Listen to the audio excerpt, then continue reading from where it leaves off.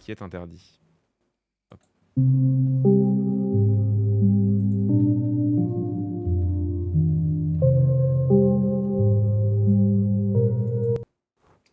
Et ben voilà. Oh oui, c'est vrai que ça coupe la musique très très brutalement. Bah attends, on va en remettre. On va mettre Spotify. Oui, je fais de la pub à des fascistes. C'est ça, hein? Spotify, ils sont fascistes, c'est ça?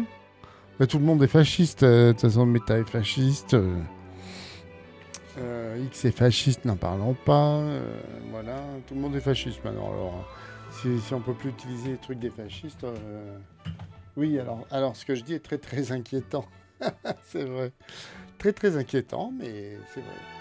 Ben, voilà. Alors la caméra est décentrée, voilà. Bien qu'elle me regarde aujourd'hui. Oui, j'écoutais le stream de Klemovic qui commentait l'audition de Mélenchon à l'enquête parlementaire pour l'entrisme, n'est-ce pas, de l'islam dans la France insoumise. On en a parlé avec Shadow Ombre sur ce stream. Un peu fort la musique. On en a parlé, on a conclu qu'il n'y en avait pas. Voilà. Alors, aujourd'hui, bonjour, c'est le stream 80. Donc je suis content, parce que c'est un chiffre rond, 80, c'est bien. Voilà, c'est un joli chiffre, 80, c'est plein, tout en rondeur, n'est-ce pas? Des petites boules comme ça partout. 80, ça fait 3 petites boules, plop, plop, plop. Voilà. Et puis ça commence à faire un petit peu, voilà, ce stream se rôde petit à petit. Voilà. J'ai découvert que si je parlais un peu moins près du nouveau micro, ça saturait moins, donc vous voyez, il y a des choses qui se passent quand même. Et puis aujourd'hui, c'est bien parce que on a fini la semaine dernière on a fini de scénariser les planches 40 à 60 de Azimut, une histoire des idées scientifiques à l'époque médiévale. Voilà. Et vous voyez, j'en ai reçu plein là. Son éditeur. Alors voilà, parce que quand je finis 20 planches, j'en envoie à l'éditeur. Et normalement, il me donne des sous. Mais là, mon éditeur n'a plus d'argent non plus. Parce qu'il est en sauvegarde judiciaire, figurez-vous. Donc, leurs petits sous. Alors, je leur ai dit, envoyez-moi des bouquins, moi je les revendrai, et ça me fera des sous. Alors, ils m'ont envoyé 200 balles pour 6 mois de travail, plus des bouquins qu'il faut que je vende. Alors, n'hésitez pas, hein, si vous voulez me soutenir, il faut aller sur boutique.mebec.net, là, ça marche bien, boutique.mebec.net. Voyons voir, clac. J'ai envoyé des liens partout, là. Ouais.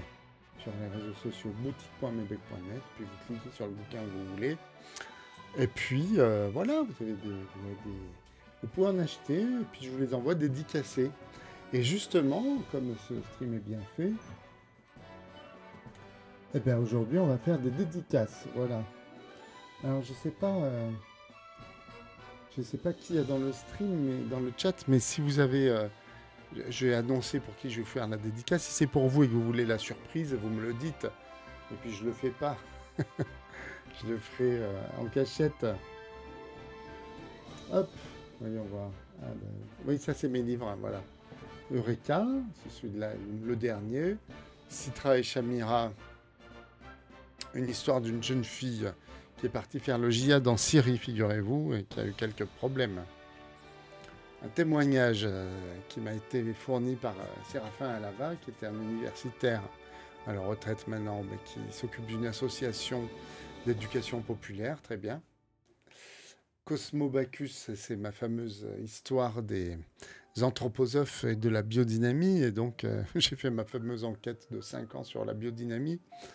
Ça, c'est l'intégrale, parce qu'il y a 3 tomes, mais le premier tome n'est plus dispo.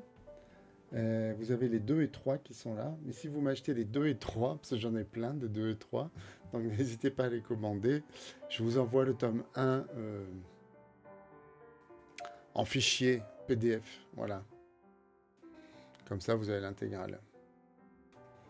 Voilà. Et ça, c'est CRA, Centre de rétention administrative, mon tout premier livre, qui est un documentaire sur le centre de rétention administrative où on enferme les étrangers qui n'ont pas à qui on n'a pas donné de papier. En fait, ils sont venus, on dit on voudrait des papiers. Ben non, on vous en donne pas. Ah bon? Ah ben du coup, vous êtes en situation irrégulière. Allez, en tôle. Ça se passe comme ça. Oui, je ris, mais c'est pas du tout drôle. Et Coco, Pays des Toutous, qui est un livre jeunesse. C'est mon seul livre jeunesse à ce jour. C'est un petit chien-chien qui va au Pays des Toutous et qui a des gros problèmes.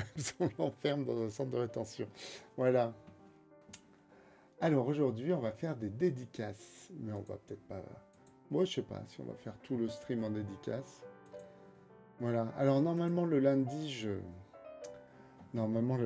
travaille pas. Enfin, si, je travaille, mais je stream pas. Je stream normalement le mercredi, jeudi, vendredi. Et des fois le lundi, mais pas aujourd'hui normalement. Sauf qu'aujourd'hui, on va streamer parce que demain, je pourrai pas, parce que je serai à la BU et à l'amphi Turing. À l'amphi Turing de l'université Paul Sabatier, anciennement Paul Sabatier, aujourd'hui Université de Toulouse, avec Pascal Marchand, et on fera une rencontre, conférence, dédicace sur notre BD Eureka et sur la culture scientifique en général. Voilà, j'ai très très chaud avec cette casquette. C'est une catastrophe. Je vais peut-être me changer de casquette en cours de route parce que vraiment, je vais transpirer de la tête. Alors, voyons voir.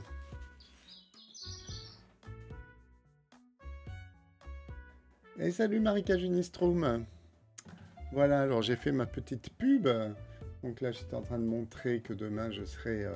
On pourra acheter des livres là-bas dédicacés, et donc vous n'aurez pas les frais de port. Donc vous pouvez venir demain à l'université Paul Sabatier, enfin, l'université de Toulouse, anciennement Paul Sabatier, à l'amphi Turing, bâtiment U4, à 18h30, et je serai là avec Pascal Marchand, et vous pourrez acquérir des bandes dessinées. Voilà. Et donc, j'étais aussi en train d'expliquer qu'on pouvait acheter mes livres sur ma boutique en ligne et que si on le fait maintenant, vous les aurez sans problème pour Noël. Voilà. Ah, bah alors, j'ai fait boutique. Et il me fait... ouais, bizarre ça. Voilà. Les livres disponibles. Allez, bah on va s'y mettre. Et coucou Marine Tumelaire. Ah, j'étais en train de faire de la pub, c'est un peu gênant. Mais ça me fait plaisir de te voir. Aujourd'hui, je ne vais pas scénariser, je vais faire de la dédicace. Voilà. Alors, j'étais en train de dessiner avant. J'espère que tu vas bien, Marine, ça fait longtemps qu'on ne s'est pas vu. Voilà, en vrai en tout cas. Ah voilà, j'étais en train de dessiner Aristote. Voilà. Attends, je vais allumer ma lumière, j'y vois pas grand chose. Ah, où est l'interrupteur? Hop, voilà. Faut que je trouve un... Ouais, après je l'ai fait... Avant je les faisais au pinceau. Maintenant je les fais un peu plus au feutre parce que les pinceaux, quand je les embarque, des fois je renverse hop, mon petit pot d'encre. Alors depuis que ça m'est arrivé plusieurs fois, je l'ai fait plutôt au feutre. Bon, c'est un peu dommage, mais c'est comme ça. Voilà. Alors, hop, des atomes. Allons, Yves, des atomes. JB ne se rend pas compte que ça intéresse les gens de voir sa dédicace en direct. Oui, bah écoute, si, je sais qu'il y en a qui aiment bien. Des atomes, la Terre.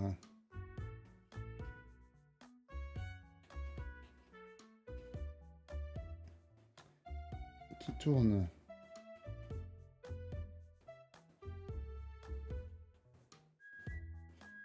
Il est un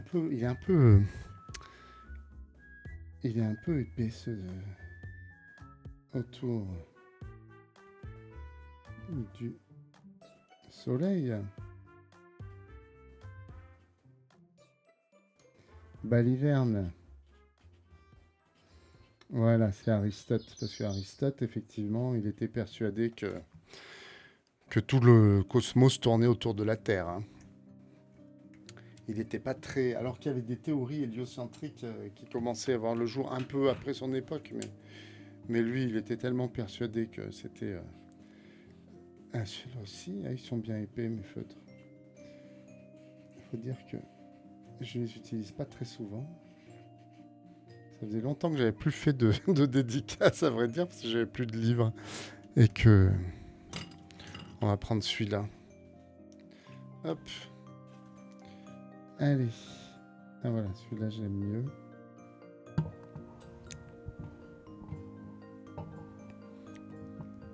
Je sais pas si je suis modeste. Je suis pas très sûr de moi.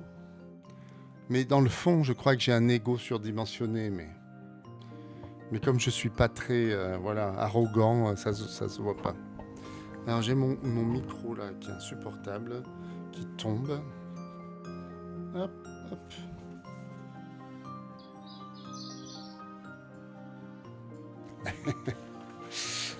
Tu penses aussi quoi, que j'ai un ego surdimensionné? Attends, je vais essayer de revisser mon micro parce que il glisse. Ah bon, d'accord.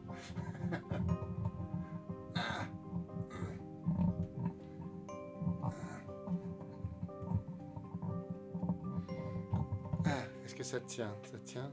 Ça tient pas du tout. Ça tient pas du tout. J'ai peut-être un ego surdimensionné, mais la vie se charge de me ramener à la raison et à l'humilité. Bon, je sais pas comment je vais faire avec ce truc. Il faudrait que je le tienne comme ça. Hop. Alors, qu'est-ce qu'on voit? Oui, ça va. On voit bien. Voilà. Aristote, je lui fais toujours des tout petits yeux. Comme un Normand. Je sais pas pourquoi. Il ressemble un peu à mon personnage de caviste dans... Je peux zoomer, ouais. Hop.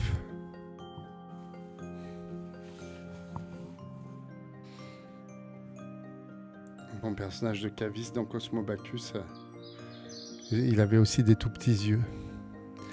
Les Normands ont des petits yeux. Certains, en tout cas. J'en connais certains qui ont des petits yeux. Alors, mon caviste dans Cosmo Bacchus, il était breton, lui. J'avais fait des tout petits yeux. Puis c'est des personnages un peu... Aristote, dans ma BD, là, je sais pas pourquoi, il est un peu violent. Ah, cool. Notamment, il s'en prend à un pauvre gars qui s'appelle Eudox de Cnide, qui travaille au lycée avec lui, et lui fait subir toutes sortes d'avanies, sans aucune raison. Bah parce que Aristote, c'est une telle autorité que je pense dans mon inconscient, je le vois un peu violent, quoi.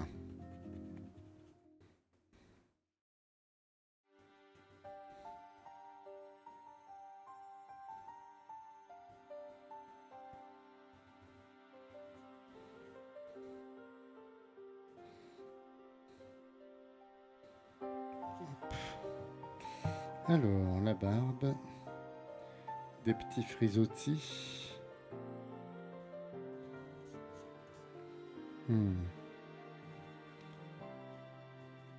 Et puis c'est vrai qu'il a un air costaud sur les bustes qu'on a de lui. On a un buste d'Aristote, quasiment d'époque. L'autorité n'est pas forcément synonyme de violence, c'est vrai? Bah, oui. Pas de violence physique en tout cas, mais il y a une espèce de violence symbolique dans l'autorité quand même, non? Tu crois pas? Là, j'ai passé le fil de mon micro sous la table. Et je crois que le problème vient de là. Du coup, j'arrête pas de le tripoter, ça doit faire des tas de bruit. Comment je peux faire? Ou alors je le... Pas pétard. Bon, je vais le mettre comme ça, puis je vais me mettre comme ça. Est-ce qu'il peut y avoir une forte autorité non violente? C'est une question intéressante. Parce que oui, Aristote, tu vois, je mets à long Yves des atomes, la Terre qui tourne autour du Soleil, baliverne. C'est des théories qu'il a empêché d'éclore très très longtemps, tout simplement parce qu'il y était opposé et qu'il avait une telle autorité que du coup ces théories étaient abandonnées. Et elles ont été abandonnées pendant des centaines, voire des milliers d'années. L'héliocentrisme et les atomes de Démocrite, parce que tout simplement il n'y croyait pas. Donc c'est une forme de violence quand même. Il a fait progresser la philosophie et la science d'une manière admirable, notamment la logique, la catégorisation, tout ça. Il a inventé en quelque sorte l'empirisme. Il a réhabilité une façon de voir le monde, quoi, mais en même temps, il a quand même empêché des bonnes théories de se développer pendant longtemps, quoi. Quel mot? Quel mot tu... Ah, c'est violence, tu aimes pas? Oui, bah le mot est... C'est plutôt la chose qui est déplaisante que le mot en lui-même, mais... ouais. Je sais pas si je n'avais pas mis des bracelets dans la BD.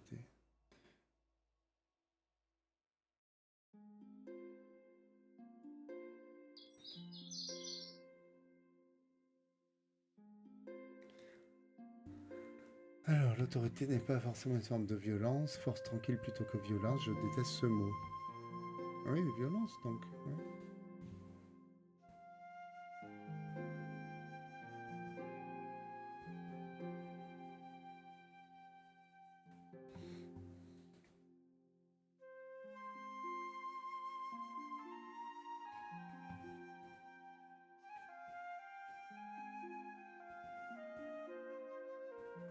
Du coup, je le fais très costaud aussi.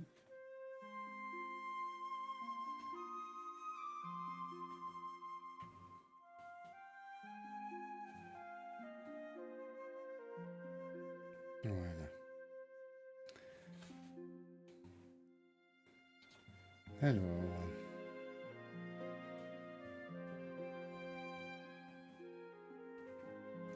Aujourd'hui, on est le 8-12-25.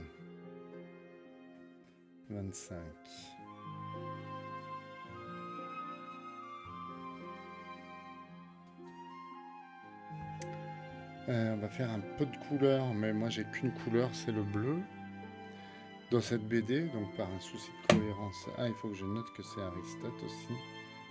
Aristote. Hop.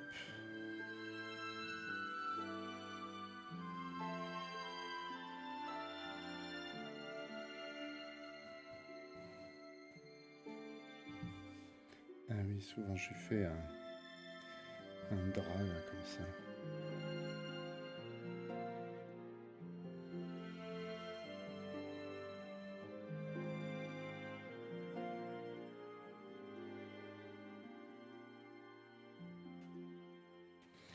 Voilà. Bon, alors, comment je fais les couleurs? J'ai le choix entre l'aquarelle et... Mais j'ai pas d'eau là. Et les crayons de couleur. J'aime bien les crayons de couleur en fait. Où est-ce qu'ils sont? J'aurais dû les préparer avant, hein, mais bon. Évidemment. Hop. Voilà. C'est une boîte de crayons de couleur que mes parents m'avaient offert avant que je parte dans mes études à Paris pour faire une école d'art appliqué. Ah ben les bleus sont pas là, je dois les avoir dans ma trousse. Oui. Voilà, on voit tous les Eureka que j'ai reçus et donc qu'on peut commander pour les fêtes de Noël. Bon, je vais prendre ces deux-là. Peut-être celui-là. Voilà. 3 nuances de bleu. Très bon crayon de couleur aquarellé, Caran-d'Ache. Prismalo. Et la boîte, elle doit avoir 30 ans, quoi. Parce que vraiment, littéralement, moi, même pas. Même, on me l'a offert, je devais avoir 17 ans, 18 ans, quoi. Donc ça fait quasiment 10 ans. Non, ça fait plus. Ah zut, celui-là, il est... Alors, j'ai mon taille-crayon électrique qui marche très très bien d'ailleurs. Hein. Très très bien. Voilà.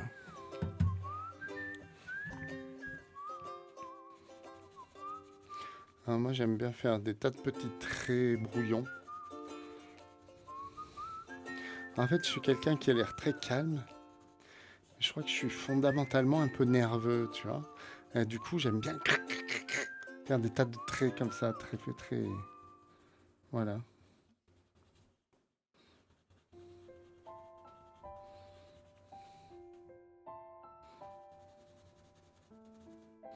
Des gribouillons, en fait. J'ai des gribouillons. Et on peut pas faire ça à l'aquarelle. Alors, créer une couleur, en fait, ça me satisfait pas mal pour ça. Parce qu'on peut gribouiller. J'ai le même taille crayon, mais il ne fait pas tous les crayons. Il y a des ratés selon les marques, mais sinon, il est bien quand même. Ouais, ben oui, ah oui. Ah oui, t'as des marques de taille crayon Ah oui, des marques de crayons qui ne fonctionnent pas. Après, ça dépend de la... plus le crayon est sec, mieux ça marche, quoi. Parce que quand c'est des crayons très gras, des fois j'ai des 8B, c'est compliqué, quoi. La mine se casse tout de suite. C'est des mines beaucoup trop tendres. Ouais. Ah oui. Ah oui, oui, oui. T'as plusieurs tailles crayons. Plusieurs tailles crayons électriques.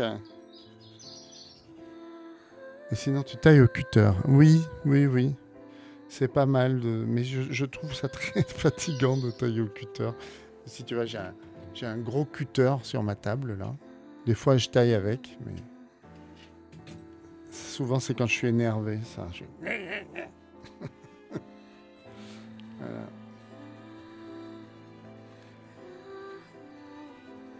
J'ai pas d'eau sur ma table, mais c'est quoi ce travail? Je sais, c'est parce que j'ai des tas de pots, mais ils sont vides parce que je sors d'une série de scénarisation. Et du coup, l'eau s'est évaporée pendant ce temps, vu que je m'en servais pas. Parce qu'après, là, je pourrais faire des patouilles quand même pour aquareller le dessin. Là. Bon, peut-être j'irai chercher un peu d'eau tout à l'heure. Mais j'en ai pas. Hein.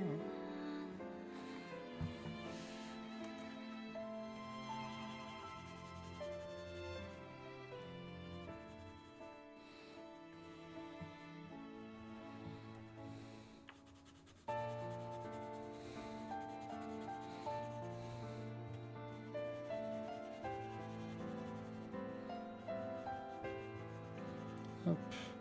Et Marine, je suis sûr que tu travailles aussi pendant ce temps. Tu fais quoi là en ce moment? T'es sur un nouveau bouquin ou tu en continues un? Non, t'en as sorti quelques-uns là. Il n'y a pas si longtemps que ça. Bon, j'ai peut-être un peu perdu le fil moi, mais... Alors... Ah, le problème c'est que là, j'ai mes lumières qui changent. Alors c'est joli, c'est rigolo. Mais pour faire la couleur, bon, je fais que du bleu heureusement, mais... Oui, il faut que tu bosses sur tes prochains projets. Ah oui, c'est vrai que tu m'avais dit que... Tu nous avais dit que tu fais un encadrement là. Ah, c'est chouette.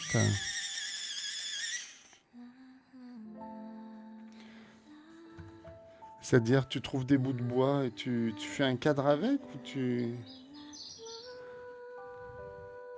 Ah, c'est cool. Ah oui, toi, tu as une boutique aussi sur...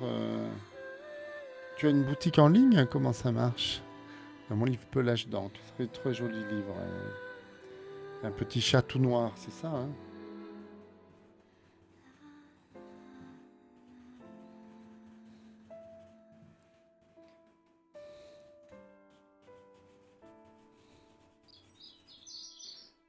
On me passe comment en ligne sur Insta. Ah, ok.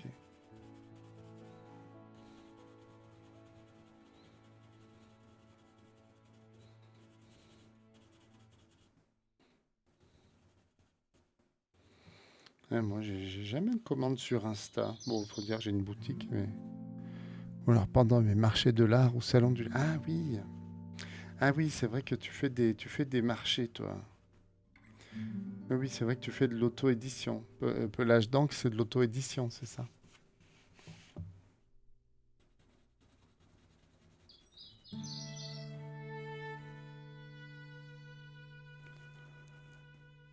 Ah! Ben écoute, tu vas chercher... Eh ben écoute, je te libère. Tu peux y aller. Marché de l'art, oui, oui, bien sûr. Pas de vente de légumes. J'avais bien compris. J'avais bien compris.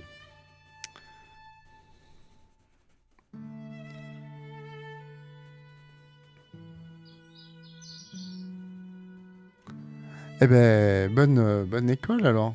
C'est l'école. Tu vas chercher ta fille à l'école, c'est ça? Enfin, c'est peut-être un peu personnel là. Eh ben, écoute, gros bisous, à bientôt.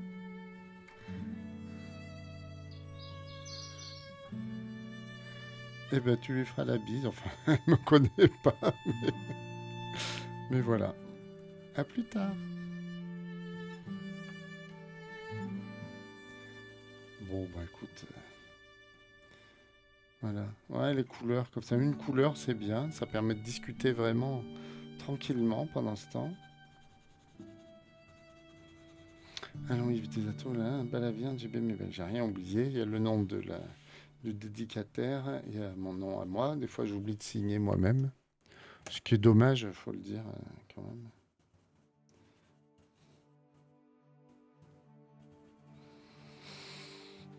On va faire des petits temples grecs en arrière-plan.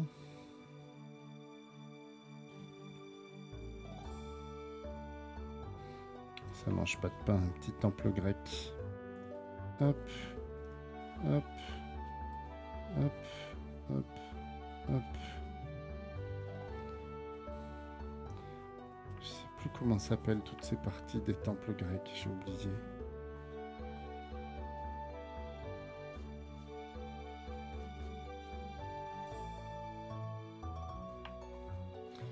Oui, j'étais quand même un peu surpris quand je faisais cette BD sur la Grèce. L'architecture grecque, alors peut-être j'ai raté plein de trucs, mais ça, c'est quand même un peu toujours la même chose, hein. Il y a un temple avec le triangle là, les colonnes, l'escalier. C'est un peu tout le temps pareil, hein. Enfin, bon, il y a certainement plein de choses que j'ai un peu ratées, mais ça revient toujours quand même assez rapidement à un truc avec un toit pointu et des colonnes, quoi. Voilà. Bon, écoute, hein, on va dire que ça ira. Est-ce que j'ai de l'eau là-dedans? Même pas. Même là, il n'y a pas d'eau. Je vais aller me chercher un peu d'eau. Je vais pas hydrater tout ça à la salive quand même. Ça serait crado. Je reviens, je vais chercher de l'eau.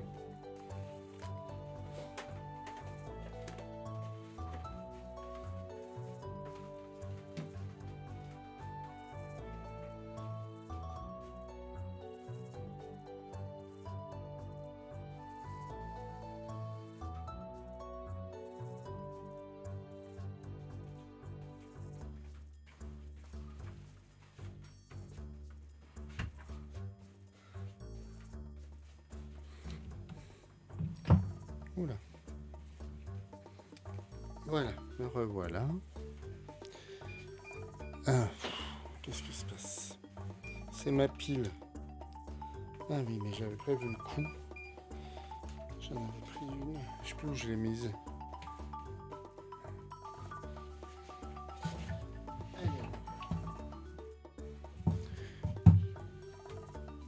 Hop. Voilà. Je change ma pile.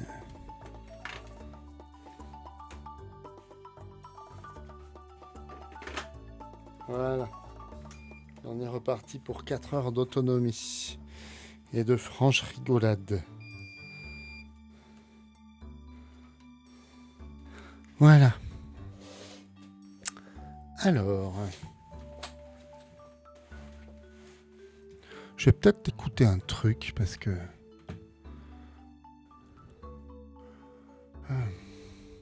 Ah, c'est Pascal qui m'avait envoyé un lien à écouter. Bon, on va peut-être pas mettre ça là quand même.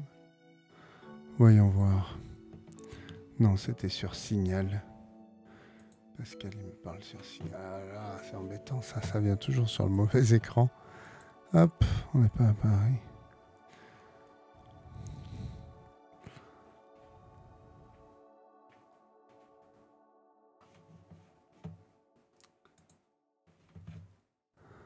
Voyons voir.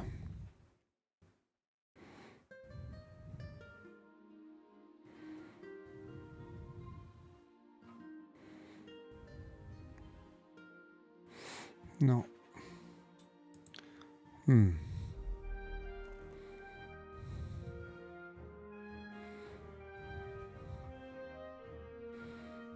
Ah, je sais plus, il m'avait conseillé des vidéos sur l'histoire des sciences, mais bon, c'est pas grave. On va regarder un truc random. Accueil. Je cherche une vidéo à écouter. Allez, on va être un rhinocéros. Rhinocéros. On va le mettre là. Hop, voilà. Bonjour, bienvenue dans Rhinocéros. Aujourd'hui, on va parler des flics, des gendarmes, de nos forces de l'ordre de la République. Sujet sensible, hein. Sujet dangereux même. Mais nous, on va faire ça avec tact, évidemment. Eh oui, pas comme ce gros bourrin de Pierre-Emmanuel Barré. Début novembre, cet humoriste controversé a fait scandale avec une petite chronique sur Radio Nova dans l'émission La Dernière. Commençons par écouter la conclusion de la chronique. Des viols, des mutilations, des meurtres et des mecs qui se filment en train de faire tout ça en se marrant. En fait, la police et la gendarmerie, c'est Daesh avec la sécurité de l'emploi. Merci de m'avoir écouté. Bon, évidemment, c'est cette phrase qui n'est pas passée.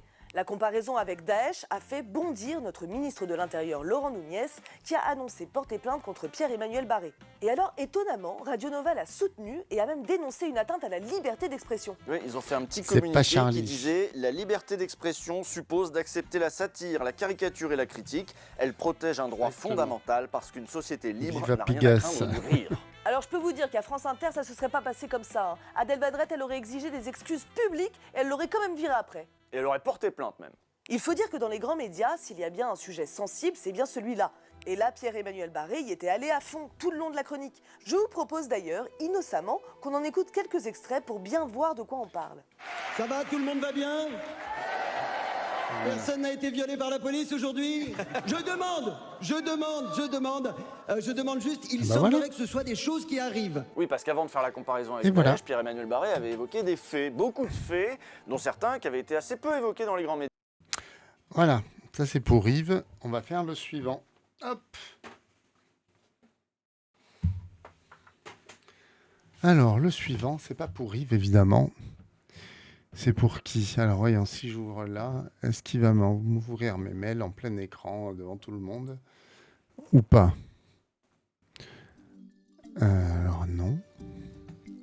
Mais par contre, ils doivent être derrière quelque chose. Hop, ils sont où? Ils doivent être derrière. Voilà, ils sont toujours derrière. Hops. Hop, voilà. Ah là là. Ah, Lucie Clessard. Je vous contacte avec Philippe. Nous avons prévu de se retrouver devant l'amphi. Si vous arrivez, vous pouvez un branchement, ordinateur, cadre, featuring. Ok, super. Donc, on est bien invité demain à l'université Paul Sabatier. 118 route de Narbonne, hein, c'est ça. Ne manquez pas de venir. Hop, voilà. Yeah. Et on remet Cette notre semaine, ami. 2 policiers de Bobigny ont été mis en examen pour viol et agression sexuelle aggravée sur une femme détenue en cellule. Et en septembre, c'était un agent marseillais qui avait pénétré digitalement une touriste anglaise Bon. qui a été menottée La chronique à était l'arrière un de peu- sa voiture. Alors, il a reconnu les faits, c'est bien, tout en assurant avoir ensuite aidé la jeune femme à remonter sa culotte par dignité. Un vrai gentleman, donc. Alors, il y avait des petites blagues vénères ça et là, mais globalement, tout au long de la chronique, Pierre-Emmanuel Barré a fait un travail de compilation, un travail journalistique quasiment. Où il donne même des sources. Il cite par exemple cette enquête de Disclose sur les violences sexuelles perpétrées par les policiers, une enquête que le site d'investigation avait présentée au public avec le hashtag MeTooPolice. Vous avez peut-être entendu parler de cette enquête parce qu'elle avait eu le droit à un sujet dans l'œil du 20h de France 2 en juin dernier, période Anne-Sophie Lapix. C'est vers eux que les femmes se tournent pour être protégées On va lui faire en Socrate. cas de violence sexuelle. Mais que se passe-t-il quand les policiers et gendarmes sont eux-mêmes les agresseurs? Quand ils s'en prennent aux femmes venues porter plainte, l'institution est-elle à la hauteur? L'œil du 20h et le site d'investigation Disclose ont enquêté. Donc vous le voyez, Pierre-Emmanuel Barré n'invente rien, il source tout même, donc c'est plutôt inattaquable en fait. Jusque-là, c'est pas de la diffamation. Là, Nunez, jusque-là, il peut rien faire. Mais rassurez-vous, dans la police, il n'y a pas que des violeurs, il y a aussi des meurtriers. Cocorico, selon l'ONU, c'est nous qu'on a le record européen de décès en garde à vue ou suite à une intervention policière. 30 morts par an en moyenne. Se faire contrôler par la police, c'est plus dangereux que de sauter en parapente. Et ça non plus, c'est pas de la diffamation. Il y a des chiffres, ils sont accablants. Ils sont même terrifiants.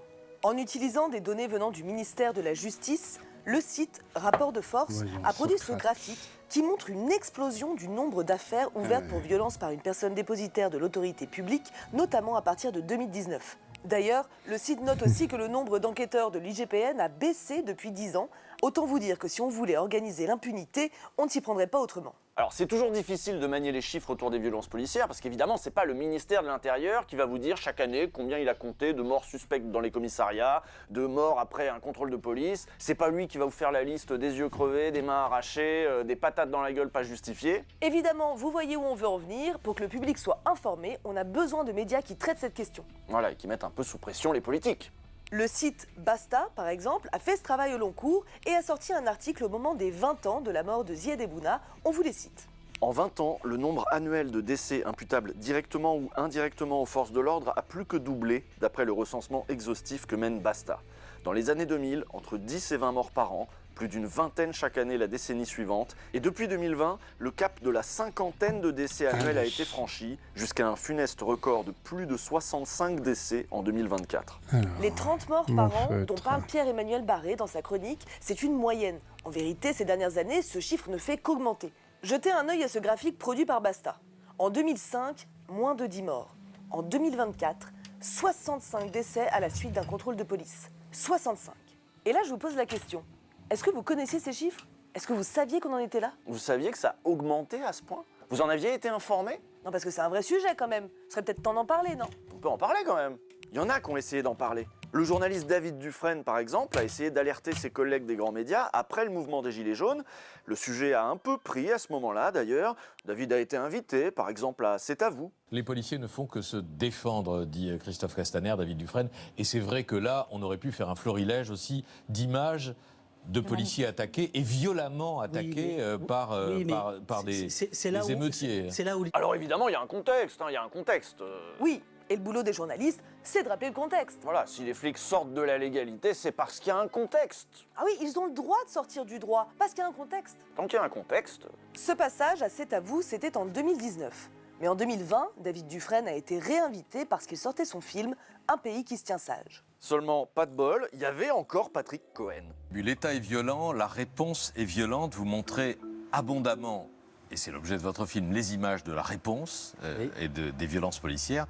Mais les violences des Gilets jaunes, leur volonté, ça a été beaucoup dit, de casser du flic, voire plus, ne sont quasiment jamais documentées, sauf sur la séquence des Champs-Élysées où 2 policiers à moto échappent de peu au lynchage. Il y a eu de vrais lynchages pendant le mouvement des Gilets jaunes. On se souvient par exemple des images du tabassage de manifestants au Burger King. Mais Patrick Cohen veut qu'on n'oublie pas que quand même, à un moment, il y a une moto qui est tombée par terre. Quelque part, Patrick Cohen, il fait le boulot du ministre de l'Intérieur. Il ne condamne pas la police, il la défend. Il rappelle le contexte. Il y a aussi beaucoup de violence du côté des manifestants, vous en convenez aussi parce que... À l'égard des forces de l'ordre. Je pense que c'est ça l'erreur de Pierre-Emmanuel Barré, il rappelle pas bien le contexte. Ah oui, et puis évidemment, il a parlé de Sainte-Soline. Sainte-Soline, c'est un cas très particulier, parce que là, on nous a expliqué le contexte avant les violences. Darmanin avait pris soin de bien faire le tour des plateaux, de nous préparer au fait que les forces de l'ordre allaient avoir à faire face à des éco-terroristes hyper violents. C'est fort quand même, hein. Maintenant on annonce les violences policières, directement. Au final, il y a eu 200 manifestants blessés, dont 40 graves, et quand on entend ce que disent les gendarmes, les raisons du carnage sont assez limpides. Et oui, parce que Mediapart et Libé ont sorti une enquête vidéo réalisée à l'aide des caméras piétons des gendarmes, et on les entend parler entre eux. Lui, il l'a prise dans les couilles. T'as mis une GMD dans les couilles à un mec. Par contre, je compte plus les mecs qui font des balles. Il faut le tirer dans la gueule. Lui, il faut lui faire un tir tendu de LG là, dans la gueule. Ah, je vais mettre des coups de bâton plein de tête, gros. Un enculé que j'ai eu à la tête, mon gars. Ah ouais? Oh là là. Dis pas ça devant la caméra. Ouais, non, dis pas ça devant la caméra. Vous voyez, en fait, ils savent que ce qu'ils font, c'est du grand n'importe quoi.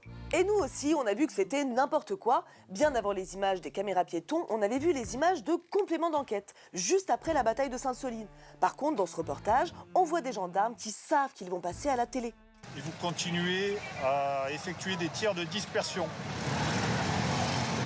Les gendarmes en quad s'élancent. Le colonel comprend que l'unité Mike est en train de se tromper de cible. Et Mike, il tire pas, dis-leur tout de suite qu'il tire pas sur le roche. Eh putain, mais ils tirent, ils sont cons quoi. Un peu de cortège. Pardon ?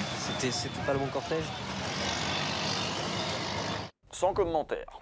Et à l'époque, on nous avait préparé. 3000 gendarmes, c'était justifié. Parce qu'ils allaient se retrouver en face d'éco-black bloc, peut-être terroristes. Alors peut-être qu'ils avaient peur, qu'ils étaient terrifiés. Oui, alors on a vu les images, maintenant, ils n'étaient pas du tout terrifiés. Hein. Ils ont passé une super journée.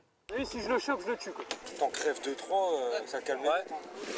Là, ce serait bien de faire une là, c'est vraiment les massacrés. J'ai envie d'aller le tabasser. Si le jour, on va jouer, y a pas de soucis. Hein. On met tous nos FAMAS en batterie et puis on avance. Ah bah là, c'est ce qu'il faut. Des merdes comme ça, il faut les brûler. On prend le FAMAS et bam. Et je vais le vider. Hein. Tu sais que pendant un moment, ça va vraiment traverser l'esprit. C'est impressionnant. Ces images. Ils parlent quand même de leur envie de tuer les manifestants, en toute détente. Je pense que c'est pas très réglementaire. Alors quand ces images sont sorties, même à France Inter, on a demandé des explications à l'actuel ministre de l'Intérieur. J'espère qu'il a bien rappelé le contexte.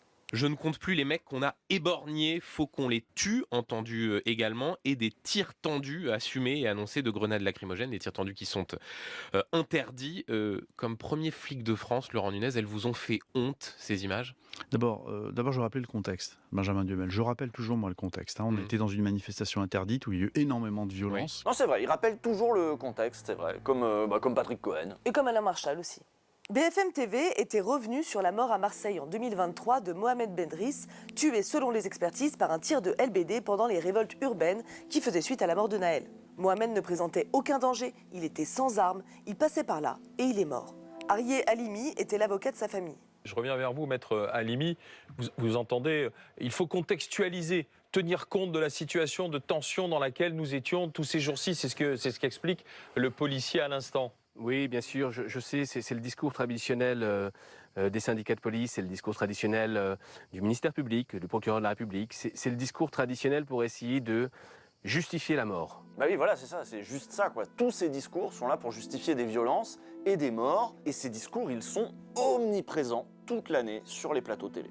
Et toute l'année, à la télé, la police vous parle à 20h, à 15h, à 17h, tout le temps en fait. Elle n'aurait presque pas besoin d'Alain Marchal ou de Patrick Cohen, tant les représentants des forces de l'ordre sont nombreux à assurer le SAV jour après jour sur toutes les chaînes d'infos. Il est devenu difficile d'échapper par exemple au discours du syndicat d'extrême droite Alliance. Et nous sommes avec Stéphane Gianesello, secrétaire départemental adjoint du syndicat Alliance. Bonjour, merci d'être avec nous. Et on est en ligne avec Sébastien Graineron, secrétaire départemental Bouches-du-Rhône du syndicat Alliance. Merci d'être en direct avec nous. Et là, c'est juste pour parler d'une rave party. Il y a plein d'aspects, une rave party. C'est un truc festif, il y a de la musique. Tu peux inviter Philippe Manœuvre pour parler de la musique. Tu peux, inviter des jeunes pour parler de la jeunesse. Pourquoi vous faites ça? Je sais pas quoi, mais non. Eux, ils préfèrent les flics, les schmitts, les keufs. Ils se sentent plus tranquilles quand il y a des flics dans la teuf. Voilà. Et en même temps, en plus, c'est un avantage. Le policier d'Alliance, il répond toujours au téléphone, il a toujours un truc à dire. Puis ça fera peut-être un contact plus tard qui fera fuiter des trucs, on sait pas. Et c'est comme ça que ça devient un réflexe, que le traitement policier d'à peu près toutes les questions devient un réflexe. L'évocation des violences policières devient forcément marginale, parce que travailler avec les flics, ça finit par créer des liens. C'est particulièrement vrai pour les journalistes qui en ont fait leur spécialité, comme Dominique Rizet, le mec de Faites entrer l'accusé. Alors lui, dites-vous qu'il est carrément allé animer un débat au congrès du syndicat Alliance, c'était pendant la réforme des retraites en 2023. Et ça a mis un peu dans l'embarras son patron de l'époque, Marc-Olivier Fogiel. Il nous a expliqué à Hervé Bérou et moi qu'il n'avait pas été rémunéré par le syndicat et qu'il ne s'agissait pas, par conséquent, d'un ménage. Il m'a aussi précisé qu'il avait posé des questions de journaliste sans servir la soupe à la police. Je lui ai répondu que je n'avais aucun doute sur sa façon irréprochable de faire son travail, mais il n'en demeure pas moins que ces images sont utilisées, instrumentalisées et que nous ne devons pas donner de la matière à ça. Ce n'était pas sa place, il l'a très bien compris. Dans la même interview, Fogiel assumait qu'on n'utilisait pas le terme violence policière sur BFM TV, trop connoté. Oui, il faut rappeler le contexte aussi. Par contre, il faut dire que même sans Dominique Rizet, Alliance se débrouille très bien pour passer à la télé, pour occuper le terrain. Ça, c'est leur chaîne YouTube. Ils ont une chaîne où ils compilent tous leurs passages à l'antenne. Sur cette chaîne, il y a de l'activité tous les jours. Je déconne pas, tous les jours. CNews, BFM, LCI, TF1, c'est devenu très dur d'échapper à leurs explications, à leur lecture du monde. Manif, rêve parti, rassemblement quelconque, tout est prétexte à un petit briefing policier à la télé. Même les élections municipales, ils ont des trucs à dire dessus. Hop, ça fait un sujet. Nous, vous êtes référent national Alliance Police Nationale. Vous êtes d'ailleurs vous-même policier municipal. D'abord, est-ce que vous avez, vous, une arme? Est-ce que de là où vous êtes équipé? Tout à fait, oui. Bonjour à tous. Là où je suis, j'exerce avec une arme, puisque je fais partie d'une police municipale qui est armée, ce qui permet au quotidien de pouvoir éventuellement se défendre et défendre les personnes sur les différents types d'interventions sur lesquelles on est amené à intervenir. Et oui, pour intervenir en intervention, c'est quand même mieux d'être armé d'une arme. Et pour parfaire leur image, les flics ont une chance folle. En plus de leur omniprésence sur tous les plateaux des chaînes info, ils ont droit à des émissions à la télé, rien que pour eux, où ils sont glorifiés. On appelle ça des cop shows. Et comme pas mal de merde, ça nous vient des États-Unis et la formule commence à être bien rodée. Des opérations toujours sous tension. Ce sont les forces spéciales de notre quotidien. À travers tout le territoire, ils sont aujourd'hui près de 12 000 à veiller sur notre sécurité. Les CRS. Alors c'est toujours un peu la même chose. On va suivre une brigade confrontée à tout ce qu'il y a de plus effrayant, des quartiers sensibles, des jeunes de cité, des chauffards et toujours des mecs bourrés, mis en scène de manière humiliante. S'il vous plaît. S'il vous plaît. Vous me jouez. C'est comme ça, fallait pas boire. En 2021, Libé a consacré un article très intéressant à ces émissions produites en série pour des chaînes de la TNT. D'abord, le modèle est très rentable et il continue de faire de bonnes audiences, même si depuis quelques années, la justice a fini par interdire les caméras lors des perquisitions ou lors des gardes à vue. Ça n'empêche pas les quelques boîtes de prod spécialisées dans ce type de format de continuer à travailler avec les forces de l'ordre dans ce qui finalement s'apparente à une sorte de coproduction. On avance, les gars, on progresse. Allez, à gauche, bravo les gars. Pour ces hommes équipés de tenues d'assaut et d'armes de guerre, un seul mot d'ordre, l'action. Pour chaque tournage, les boîtes de prod signent une convention qui donne à la police ou à la gendarmerie un droit de regard sur le résultat final. Les boîtes ne mouftent pas et font tout pour donner une bonne image de la police. C'est la condition pour avoir le droit de tourner les émissions suivantes. Si ces émissions ressemblent à de la propagande, c'est parce que c'est conçu comme de la propagande. Le but, c'est de faire en sorte que les citoyens aient de l'empathie pour leurs flics, mais c'est aussi de leur donner, pourquoi pas, l'envie de s'engager. Et oui, les flics veulent qu'on les aime, ils soignent leur image. À Nice, sur la Côte d'Azur, c'est la nuit du Nouvel An. En plein cœur de l'hiver, cette soirée s'annonce comme la plus chaude de l'année pour les hommes de la CRS 81. Une unité d'élite, nouvelle génération, créée pour faire face aux situations les plus délicates. Pour la revue des médias de l'UNA, deux monteurs ayant travaillé sur ces cop shows ont accepté de raconter la pression sous laquelle ils devaient travailler. Rien ne doit dépasser, les flics doivent être nickel, pas un gros mot, rien. En gros, leur boulot, c'est de faire l'inverse de ce qu'ont fait Libé et Mediapart avec les images de Sainte-Soline. Et pourtant, eux aussi ont souvent des rushs très compromettants. J'ai vu passer les rushs d'un flic qui moleste un mec entre deux voitures ou qui presse son genou au niveau du cou, mais ça, jamais on ne le montre, regrette Antoine qui voit ces émissions comme un job alimentaire. Dans les bandes-son qui arrivent en salle de montage, dit-il, les propos racistes sont légion. Vous l'avez compris, tout ça, ça n'est évidemment pas du journalisme. Aucun recul critique n'est à entendre de la voix off qui finit elle-même par parler comme un flic. Les 50 hommes du commandant Frédéric sont sur le pied de guerre. Alors que minuit vient de sonner, dans les cités de la ville, gangrénées par le trafic de drogue et les violences en tout genre, les tirs de mortier commencent à fuser. Voilà, nous on voit un feu d'artifice du Nouvel An, mais eux ils voient des tirs de mortier, c'est assez fascinant en fait. C'est pas seulement de la propagande policière, c'est de la propagande d'extrême droite. Et ça, c'est un des monteurs cités par la revue des médias qui le disait lui-même. J'ai déjà pensé à arrêter car parfois quand je me réveille le matin, j'ai l'impression de faire monter l'extrême droite. Et c'est peut-être pas qu'une impression. L'extrême droite se décomplexe, y compris dans la police, qui va souvent jusqu'à reprendre ses codes. Blast a par exemple révélé l'existence de cette photo, des flics parisiens posant fièrement derrière une banderole féministe retournée, une prise de guerre donc pour ces fonctionnaires qui se positionnent eux-mêmes comme des adversaires de l'antifascisme. Une photo qui a choqué jusqu'à ce général de gendarmerie invité par BFM TV. Moi, je peux pas dire que je suis choqué, je suis bouleversé quand je vois ça, quand je vois des gens qui sont des représentants de l'ordre mettre un drapeau à l'envers. Effectivement, vous le soulignez, c'est une pratique de hooligan, mais c'est très clair. Ça veut dire on vous a vaincu et on vous a mis la tête à l'envers. Heureusement, sur le plateau, il y avait un représentant d'un syndicat de police qui, lui, n'était pas plus choqué que ça. À un moment, il faut revenir sur Terre, comprendre que tout ça, c'est de l'idéologie, mais vraiment bas de gamme, avec toujours cette volonté d'amalgamer la police à l'extrême droite. Maintenant, d'amalgamer la police. On rappelle qu'il s'agit d'un acte isolé, mais on est aussi obligé d'en parler parce que c'est aussi une photo. Et voilà, alors là, pareil, pourquoi rappeler que c'est un acte isolé ? Est-ce que vraiment c'est un acte isolé ? Est-ce que ce serait pas plutôt un symptôme ? Le symptôme d'une radicalisation des forces de l'ordre, une radicalisation qu'on n'a aucun mal à mesurer en écoutant les propos tenus par les gendarmes enregistrés à Sainte-Soline. Seulement, il est difficile de dire ça sur les plateaux télé.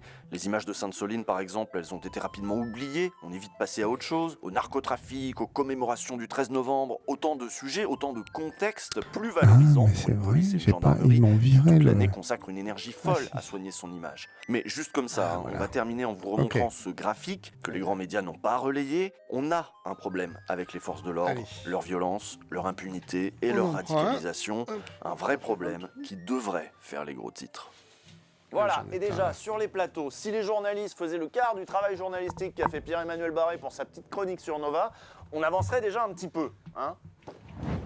Bon, ça va, on n'a pas trop dit de conneries, on n'a pas fait de provoque, on n'aura pas de plainte au cul normalement. Non, de toute façon, on n'a pas les moyens, hein, on n'a pas Mathieu Pigasse derrière nous, contrairement à ce lâche de Pierre-Emmanuel Barré. Et non, nous, on n'a que vous sur qui compter, et il reste un mois de campagne, donc n'hésitez pas à faire un don à Blast. Et on se retrouve dans 2 semaines. Voilà. Mais c'était bien comme émission. Blast. Petite Usul, la petite... J'oublie toujours le nom de la fille, ce qui est très très mal. Peut-être marqué là. Usul et... Lumi.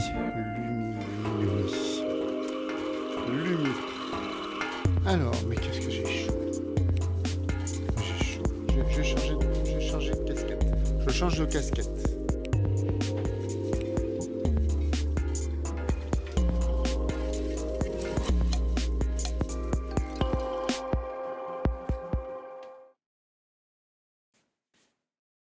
La bonne blague. Bref, le gouvernement s'en lave les mains. Tout serait sous le contrôle du Parlement. Si ce n'est plus le budget du gouvernement, vous l'avez bien compris, c'est le budget désormais du Parlement dans cette navette entre l'Assemblée nationale et le Sénat. Peu importe si les outils constitutionnels sont du côté du gouvernement et qu'il n'a pas hésité à en user pour bloquer les propositions qui lui déplaisaient. Il a ainsi neutralisé la possibilité d'un véritable... Qu'est-ce qu'on va lui faire ? Glucksmann encore ? Ah, mais je crois que j'avais déjà entendu. Bon, c'est pas grave. Il date de quand cet épisode-là ? C'est pas marqué. Alors, qu'est-ce qu'on va lui faire à Mademoiselle Crow ?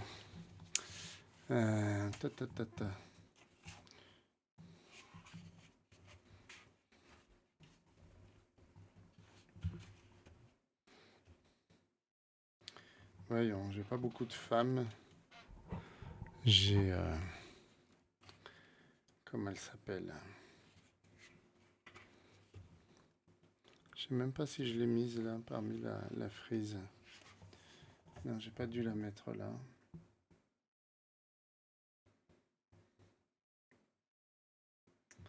C'est... Platon, Épicure, page 147.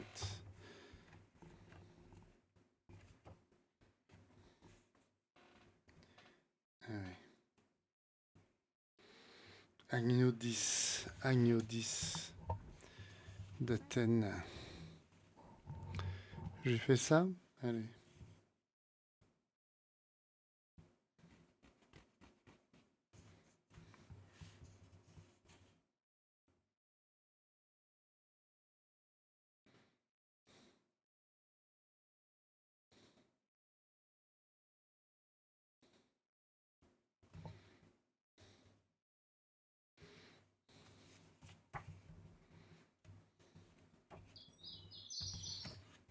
Qui est là ? Marika Junistrom, tu dis gros bisous à Marine. Oh, ça fait un moment qu'elle est partie.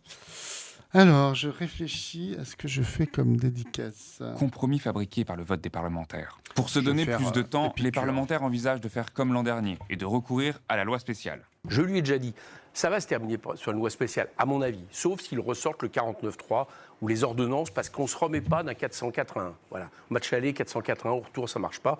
Le retour, c'est à partir du 18 décembre. Et je vous rappelle qu'une loi spéciale, l'année suivante, vous pouvez reproposer un budget. Et si le budget, après tout, c'est une loi spéciale qui tient compte de l'inflation et qui, pour le budget des armées, prévoit les milliards qu'ils veulent, moi je pense qu'il ne faut pas 7 milliards de plus, mais c'est un autre débat, eh bien à mon avis, ça sera un débat possible. Mais aujourd'hui, le gouvernement menace et condamne l'utilisation de la loi spéciale. Les parlementaires doivent défendre le Parlement.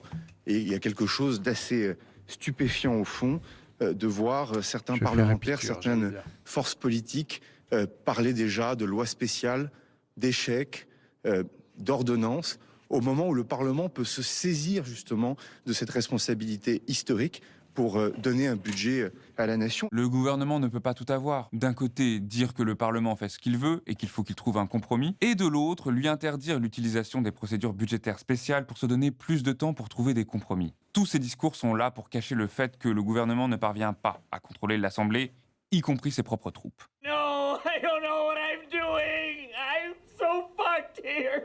Le Cornu invente ses obligations au compromis, ses interdictions à trampoliner la France pour essayer de changer le regard médiatique sur cette séquence désastreuse pour l'exécutif. En effet, tant que la dissolution n'est pas envisagée, l'absence de majorité à l'Assemblée est une contrainte pour le gouvernement et non pour l'Assemblée. Pour les députés, cette fragmentation ne change en rien leurs compétences. Au contraire même, elle encourage l'initiative et l'autonomie parlementaire. A l'inverse, cette composition fragmentée complique considérablement le travail du gouvernement qui préfère donc s'en débarrasser. Et en parlant de s'en débarrasser, rubrique suivante. Mercredi 26 novembre 2025, Nicolas Sarkozy a été définitivement condamné dans l'affaire Big Malion pour financement illégal de campagne électorale. Encore une autre affaire sur 2012 après l'affaire dite des écoutes, où il a aussi déjà été définitivement condamné. Mais en bonhomme de droite, il a flairé le filon et a annoncé la publication d'un livre sur son séjour en prison, un mois après en être sorti. Ah, c'est un rapide, hein. Et en même temps, la prison, ça fait réfléchir. Mais il va raconter quoi, du coup ? Jour 1. On m'a prévenu que la nourriture serait mauvaise. C'est faux, c'est une indignité. Et sur le service public, j'ai décidé de ne plus me nourrir que de yaourt, ce dont Carla me dit tant de bien. Jour 2. Longtemps, je me suis couché de bonne heure. Mais cette nuit, j'ai été réveillé par des bruits. Il m'a semblé que mes co-détenus parlaient de ma mère. Jour 3. Le retour à la réalité fut brutal. Les yaourts de Carla sont infects et mes 2 officiers de sécurité n'arrêtent pas de s'inquiéter pour ma mère. Ils m'emmerdent avec ma mère. Paix à son âme et à celle de papa. Désolé pour votre pauvre papa. Merci. Qu'est-ce qu'il pour cette conne de me parler de papa ? Cette mise en scène focalise l'attention médiatique sur les responsables politiques qui n'ont pourtant aucune véritable expérience de la prison. L'insécurité et les privations de la détention leur demeurent lointaines lorsqu'ils se trouvent dans des quartiers isolés, escortés par 2 policiers et accompagnés du garde des Sceaux. Comme le disait déjà La Fontaine dans Les animaux malades de la peste, selon que vous serez puissant ou misérable, les jugements de cour vous rendront blanc ou noir. Et en parlant de puissant, le nouveau maire de New York, Zoran Mamdani, a rencontré Donald Trump face à la presse le 21 novembre 2025. Le résultat a été surprenant. Are you affirming that you think President Trump is a fascist? I've spoken about... That's okay, you can just say yes. Okay. Okay. It's easier.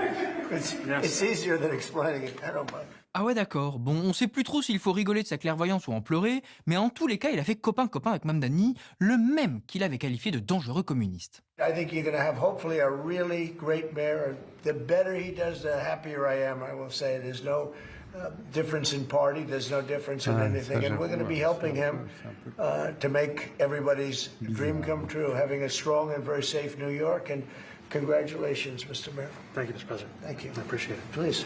Alors bon, d'abord, tout ça, ça peut n'être que de la com pour profiter de l'aura de Mamdani. Parce que concrètement, il faudra voir la tête de l'aide à New York promise par Trump. Certainement pas pour dépolluer, contrôler les loyers ou en réformer la police, connue pour sa brutalité qui en plus s'aggrave depuis 2013. Mais si on sait qu'une chose anime Trump, c'est sa haine viscérale des losers. He lost, he let us down. But, you know, he lost. So I never liked him as much after that because I don't like losers. Et à côté de ça, Mamdani est un winner. And I wanted to congratulate the mayor. He really ran an incredible race against, a lot of smart people. Et en plus, peut-être que Trump admire un peu Mamdani parce qu'il s'y retrouve en lui. Mamdani est un outsider, ce n'était pas le candidat favori des élites du Parti démocrate. Ça, c'était l'ancien gouverneur de New York, tombé en disgrâce, Andrew Cuomo, et principal contender de Mamdani. Par sa victoire, Mamdani, comme d'autres jeunes démocrates avant lui, par exemple Alexandria Ocasio-Cortez, démantèle la mainmise des vieux crocodiles sur le Parti démocrate, comme Trump l'a fait lui aussi en 2015 avec les Républicains. Contre ses chefs de parti, il s'appuie sur des bases populaires très fortes pour déborder les candidats officiels en incarnant un programme ambitieux de rupture. Et en plus, il gagne. Alors bon, tout sépare ces deux hommes. Trump est un fasciste, menteur et cruel qui se sert de la xénophobie pathologique de sa base en la déchaînant contre les innocents et les précaires pour masquer sa politique ultra profitable pour les riches américains. Et pour lui-même, c'est probablement un des présidents américains qui s'est le plus enrichi grâce à ses fonctions. Mamdani incarne l'inverse, une gauche sérieuse sur son travail, réaliste sur ses projets et ambitieuse sur sa vision. C'est une gauche populaire et une gauche qui gagne. Et comme on vient de parler de gauche qui gagne, on va aussi évoquer l'échec monumental de Glucksmann en direct, devant tout le monde, le 18 novembre 2025. Près de 2h30 durant, Raphaël Glucksmann a été présenté à quelques Français représentatifs d'une section de la population avec un problème particulier. L'exercice aurait dû permettre une clarification de son projet politique. Et la première chose qui saute aux yeux, c'est que c'est très compliqué. Ça, c'est des choix qui ont été faits. Et donc, nous, ce qu'il faut qu'on fasse, c'est qu'on apporte une réponse à un nouveau contrat social et fiscal qui soit ultra lisible et qui privilégie le travail et les travailleurs. Et en fait, toute l'idée, c'est de se dire, mais comment on va faire pour qu'on arrête cette dérive? Ah bah heureusement qu'il le demande, hein, parce que quand on rentre dans le concret, sur la loi du plomb, par exemple, la transition écologique, on va la faire avec les agriculteurs, vraiment. Et je pense qu'il faut réformer la PAC. Moi, je me suis vraiment penché sur cette question, sur la politique agricole commune à l'échelle européenne, pour en faire justement ce levier qui va nous amener vers la transition et vers la souveraineté. Parce qu'en fait, tout ça va miner la souveraineté européenne. Mais plus précisément, encore une fois, sur cet insecticide néonicotinoïde très dangereux, l'acétamipride. Il aurait fait quoi? Vous avez pris position sur le réseau. Oui, j'ai lu ce mais bien sûr. 1209 millions, allez-y. Non. Vous l'avez écrit, monsieur. Ce que je vous dis, c'est que dans ce cas-là, quand une décision comme celle-ci est prise, d'interdire l'acétamipride, il doit y avoir la mise en place d'un fonds tout de suite de compensation et d'accompagnement. Oui, mais encore... D'accord, mais enfin, moi, ce que je vous dis... Là, en l'occurrence, franchement, on se parle, c'est bien, mais j'ai pas le pouvoir aujourd'hui. Hein. C'est un secret pour personne. Et vu la prestation, tout le monde s'en réjouit. Mais quand on gratte un peu à la surface, le vernis craque. Très vite. Je peux vous le répéter 100 fois, mais... Non, mais il y a des Français qui vont devoir travailler plus longtemps, oui. Non. Mais c'est qui, celui-là? Ça ressemble à des trucs de macronistes, ça, non? On peut pas tout faire, faut pas... Ah bah oui, c'est sûr, hein, le discours de la hiérarchie des priorités ne sert qu'à une seule chose, justifier l'élimination de celles dont vous ne voulez pas. Et disons qu'il a su préciser ses autres priorités. Est-ce que ça veut dire que vous êtes partisan, comme l'a dit Sébastien Lecornu, de calquer les méthodes de l'antiterrorisme sur l'anti-narco? Sur les narcos, oui. Il faut vous êtes la création, oui. Et il y a un parquet national antiterroriste, il y a un parquet sur les narcos, et il va falloir vraiment considérer que c'est une guerre, parce que aujourd'hui, toutes les villes sont touchées. Ça, normalement, c'est le discours de Gérald Darmanin ou de Bruno Retailleau, pas celui d'un homme qui se dit de gauche. Alors bon, son côté droitier était tellement visible qu'un participant n'a pas hésité à lui rentrer dedans, frontalement. Moi, je pense très sincèrement que vous n'êtes pas de gauche, mais je ne vais pas me faire comme ces gens d'extrême droite qui pensent que leur vérité est une vérité générale et je vais me baser sur des choses concrètes. Moi, j'ai essayé de définir c'est quoi un homme de gauche. Donc, j'ai regardé l'histoire de la gauche et la doctrine de gauche. Un homme de gauche, c'est une personne qui est consciente qu'il y a des inégalités dans le monde. C'est une personne qui est consciente qu'il y a des mécanismes de domination, qu'il y a des peuples opprimés pour une élite bourgeoise dans le monde. Et tout ça, c'est dû à un système. Ah, et ça ne s'est pas arrêté là. On est conscient qu'il existe un système qu'on appelle le système capitaliste qui permet tous ces leviers qui font qu'aujourd'hui, il y a des inégalités, qu'en France, il y a 10 millions de personnes sous le seuil de pauvreté, mais que les 500 familles les plus riches de ce pays ont des fortunes qui s'élèvent à 1200 milliards d'euros. Donc, j'ai constaté ça et j'ai remarqué que tout homme de gauche donc combat ce système capitaliste. Et quand on dit combattre, c'est pas se compromettre avec ce système capitaliste. Bon, Allez, juste un dernier pour la route sur la question des problèmes liés à l'interdiction de l'acétamipride, puisqu'on en parlait. Il y a quelqu'un qui vous parle de l'écologie, vous dit qu'il subit une concurrence déloyale, des choses qui sont importées de Chine, et votre première chose, c'est de dire on va les taxer. En fait, le problème, il n'est pas là. On est dans une scène de surconsommation et on est dans un système qui est dans une mondialisation. Donc, ce qu'on fait, c'est qu'on éduque la population sur les risques écologiques, mais également qu'on leur donne le pouvoir d'achat nécessaire pour pouvoir acheter français. N'importe qui ici, si on avait les moyens, on achèterait français, on achèterait local. Et le coup de grâce? Ma question, excusez-moi, qui est très directe, c'est quand allez-vous assumer que vous n'êtes pas de gauche et que non mais il faut le dire, il se compromet avec la Macronie. Il a signé il y a un an. Vous comprenez avec la Macronie, effectivement, vous avez proposé une alliance de non-censure avec la droite et la Macronie en reniant le programme GNFP que vous avez signé il y a un an et demi. Je ne sais pas si vous vous en souvenez. Oh, allez, on se la remet. Quand allez-vous assumer que vous n'êtes pas de gauche et que non mais il faut le dire. Alors que l'attaque en règle était prévisible, sa réponse a été. Je pense pas que vous ayez le monopole de dire machin est de gauche ou bidule ne l'est pas. Parce que votre vision de la gauche, qui est une vision sectaire et qui. Elle est sectaire. Si, elle est complètement sectaire. C'est son avis. Ah ouais, même Pujadas est obligé de défendre Glucksmann pour dire qu'il a le droit à un avis. Mais rassurez-vous, il nous a bien montré qu'il était bien de droite. Un peu de respect. La France. Êtes-vous un macroniste qui penche à gauche? D'abord, je réponds sur le cœur de la question, qui était le système capitaliste. Et le fait de, oui, vous voulez juste mettre des... En gros, vous voulez mettre des petits pansements sur un système... C'est ce que vous faites. Ok. Moi, je ne pense pas que c'est juste mettre des pansements sur un système. C'est ça la gauche? Où est l'ambition? Où est la promesse du combat si les maigres concessions ne sont pas des pansements en attendant mieux, mais tout ce qu'on aura? Et bravo à Hugo Mazous d'avoir dit les termes, en direct et en face. C'est jamais un exercice facile, parce qu'à côté de ça, Glucksmann a pas mal ramé. Ce que vous faites. Ok. Mais en fait, Glucksmann a été nul toute la soirée. Et ça s'est particulièrement vu dans le débat contre Zemmour. Alors d'abord, débattre contre Zemmour, première curiosité. Le mec n'existe plus, c'est un loser politique, même ses eurodéputés ont déserté son parti pour aller au RN. Alors pourquoi ressusciter un cadavre déjà si bien faisandé? Parce que ça lui en a fait de la pub. La ligne argumentaire de Glucksmann était pas mal sur le fond. Elle était relativement simple. Zemmour déteste la France. Je veux défendre la France telle qu'elle est, pas telle que vous la fantasmez.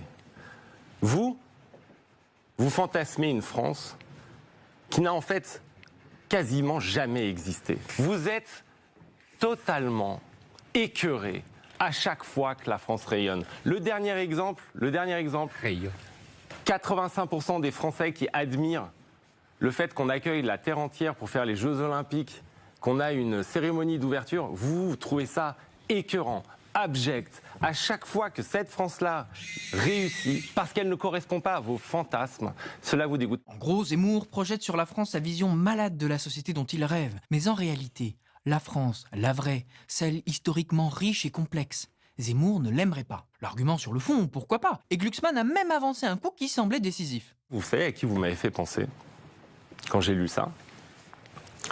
Eh bien, au prédicateur islamiste que j'ai étudié en Algérie. Il disait la même chose, il disait la France est un virus moral. Alors, vous pensez comme eux. Réponse peut-être Vous êtes profondément étranger à tout ce qui a fait la grandeur de la France. Malheureusement, par une série de techniques extrêmement complexes et avancées, à savoir être très nul, l'attaque de Glucksmann a glissé et a lamentablement fini à l'eau. En particulier sur la laïcité, où Zemmour n'a fait qu'enchaîner les horreurs.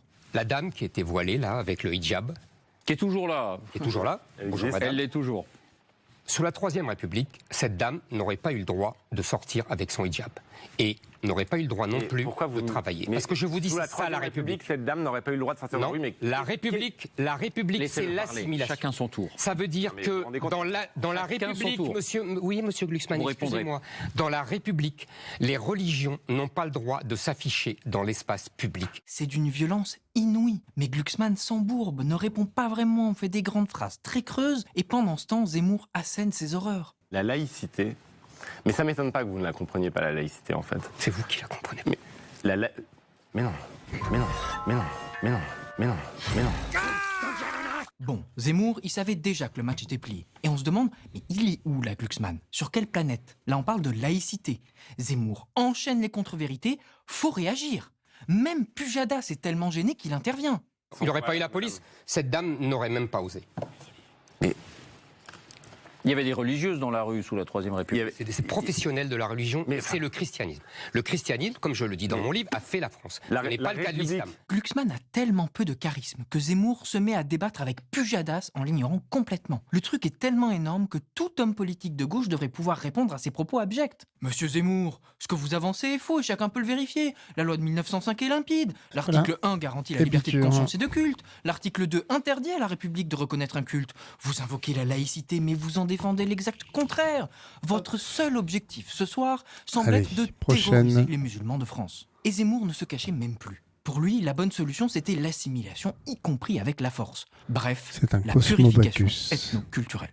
Et quand je vous parlais de la diversité, tous les pouvoirs, depuis 1000 ans, que ça soit la monarchie, que ça soit l'Empire, que ça soit la République, ont justement été obsédés par cette diversité qui pouvait détruire le pays. Et ils ont essayé de rassembler et de faire ressembler par l'assimilation et souvent par la force. C'est ça que j'essaye de vous expliquer. À côté de ça, la réponse de Glucksmann était systématiquement à contretemps. Bon. Et que c'est l'islam qui va tuer la liberté européenne. Je ne vous autorise plus à m'interrompre. À partir de maintenant, vous ne m'interrompez plus. Laissez-le parler. Comme si Zemmour avait besoin de l'autorisation de Glucksmann. Même Pujadas intervient pour le sauver, comme il a dû le faire à plusieurs reprises. Attendez, on va pas camper les micros. C'est indigne, vous vous en moquez de ces gens que j'ai cités. Vous en avez rien à faire. Vous en avez rien à faire, mais ça se voit. Laissez-le répondre. Laissez-le répondre. Je vous autorise pas à dire ça. Vous ne m'autorisez rien du tout. Laissez-le répondre. Laissez-le répondre. Non, là, vous donnez pas le bon exemple. Je vais vous dire. Arrêtez, vous ne donnez pas le bon exemple. Dans un débat politique, le respect ne se réclame pas, il s'impose. Il aurait pu dénoncer l'agressivité de Zemmour ou simplement nommer ses interruptions pour ce qu'elles sont. Une technique de petit bras pour ne pas parler du fond. À la place, il s'est posé en loser et la gravité s'est chargée du reste. Eh bien vous, monsieur, vous applaudissez Vladimir Poutine par conviction idéologique, parce que vous êtes en fait le larbin, monsieur Zemmour, vous êtes le larbin des Vents, vous êtes le larbin de Poutine. Mais si vous avez professé votre admiration pour eux, vous êtes au service du président. J'en ai marre de ce débat, j'ai entendu plein de fois. C'est très très dur, c'est vrai qu'il est nul ce Glucksmann. Il est nul. Bon, de toute façon, je n'avais pas prévu de voter pour lui, mais ça se confirme. Bonjour, je vous remercie pour votre commande. Pourriez-vous m'indiquer à quel prénom je dois faire la dédicace? Vous en remerciant bien à vous. JB Mébec. Bon, en attendant, on va faire le dessin et puis voilà. Pourriez-vous, hop, voilà. Hop, voilà. Pourriez attendre paiement. Donc ça, c'est pas une note privée, c'est une note au client. Hop, voilà. Elle date de quand cette commande?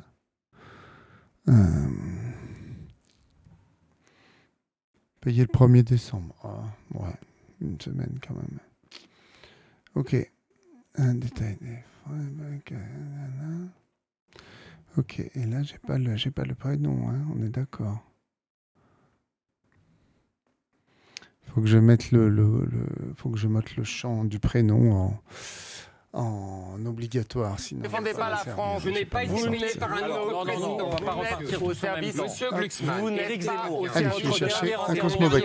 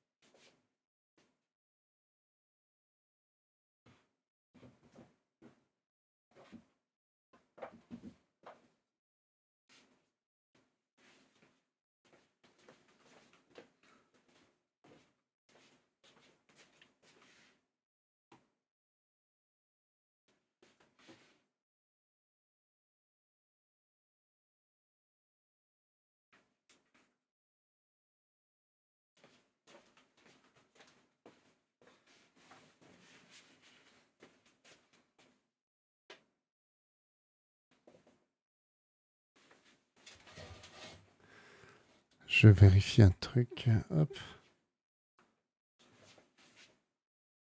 Ah ouais. Bon, je vais les mettre là. Je ne sais pas si on les verra.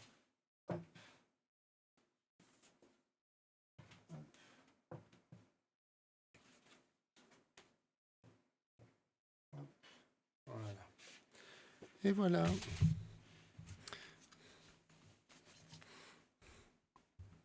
Je suis au service que de la France, moi. Non. Consumé par la haine d'avoir perdu l'échange, Glucksmann a offert à Zemmour une victoire par KO. Et d'ailleurs, si vous voulez voir comment on gère un énergumène comme Zemmour, on a retrouvé une archive. Vous allez voir, c'est salé. On a déghettoisé. On a créé partout des parcours de réussite. Ah, je vous dis pas que ça marche partout super bien, je veux juste dire une chose. On a établi avec l'ensemble des communautés religieuses, donc y compris avec la communauté musulmane, des relations permanentes, avec des lieux de culte officiels, sécurisés, avec lesquels nous discutons régulièrement. Je ne suis pas en train de vous dire que tout est parfait, Éric Zemmour. Je suis juste en train de vous dire que, comme par hasard, dans des quartiers où ce travail-là a été fait, les choses se sont apaisées. Voir Copé gérer Zemmour et lui infliger une raclée, c'est rude, hein. Mais ça montre qu'en fait, c'est pas si compliqué. Comme son argumentaire d'ailleurs, c'est tout simple. Non seulement Zemmour ne comprend rien à rien, il confond tout et en plus ses idées ne marchent pas. Pour lutter contre l'islamisme radical et ses déviances terroristes. Vous voulez pas trouver encore un adjectif avec un vrai radical, parce que pendant que vous y êtes.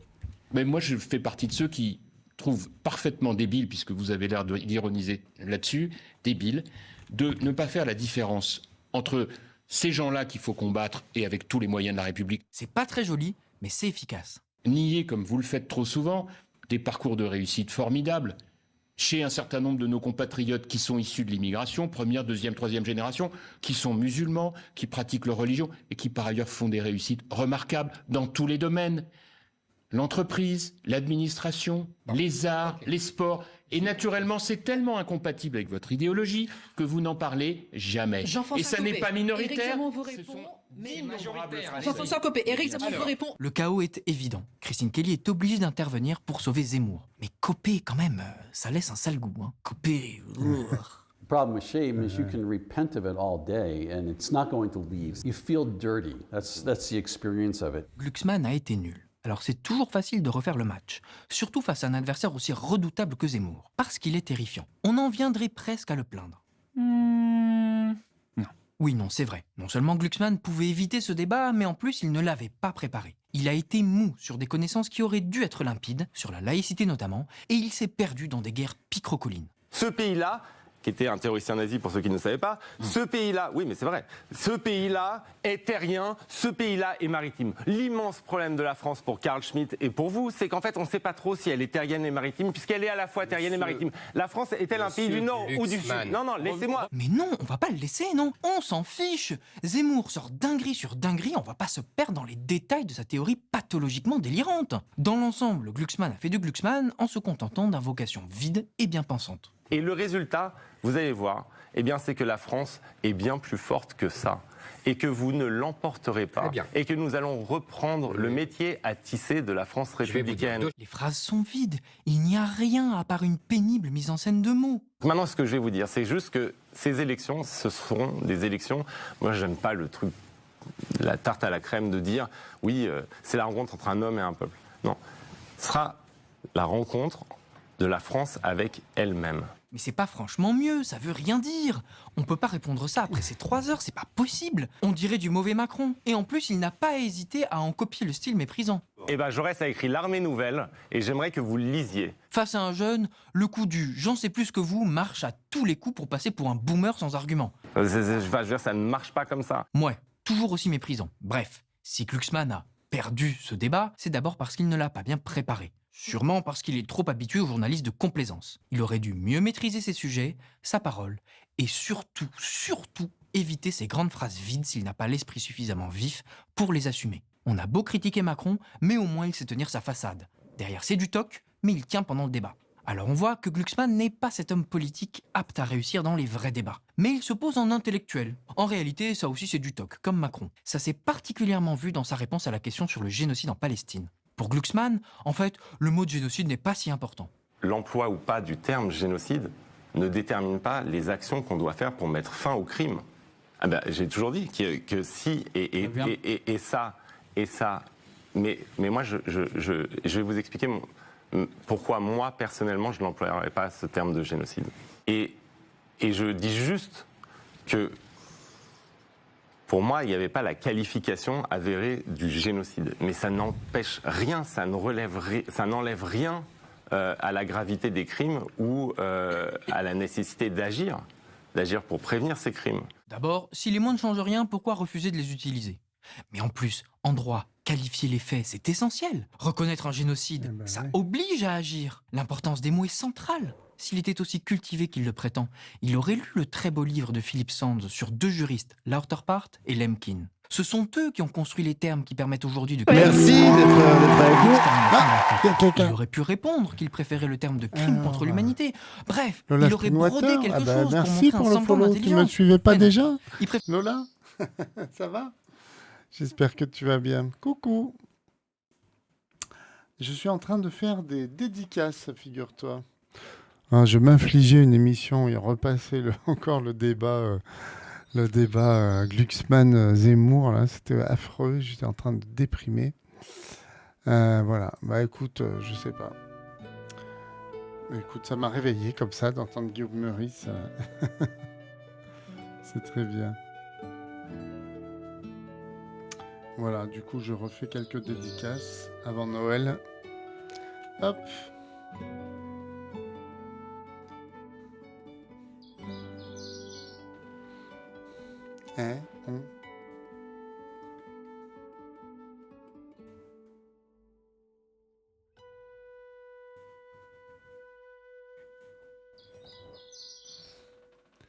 On me voit pas dessiner? Ah, mon Dieu, c'est vrai. Ah. Et ben voilà, il suffit de demander. Et oui, bah j'étais presque tout seul, donc c'était pas gênant, mais maintenant que tu es là, c'est vrai que c'est mieux comme ça. Je sais pas, oui, parce que j'ai changé de casquette peut-être un moment, j'avais trop chaud avec mon autre casquette. Du coup, j'ai peut-être changé de... je sais pas pourquoi.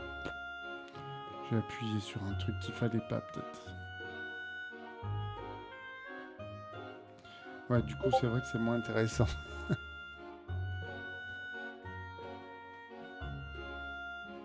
Hop.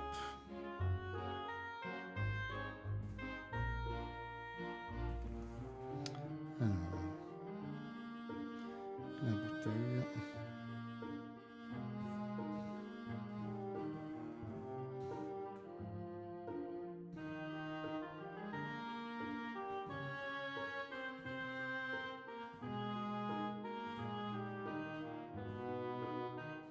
Ça va toi aujourd'hui, t'as travaillé?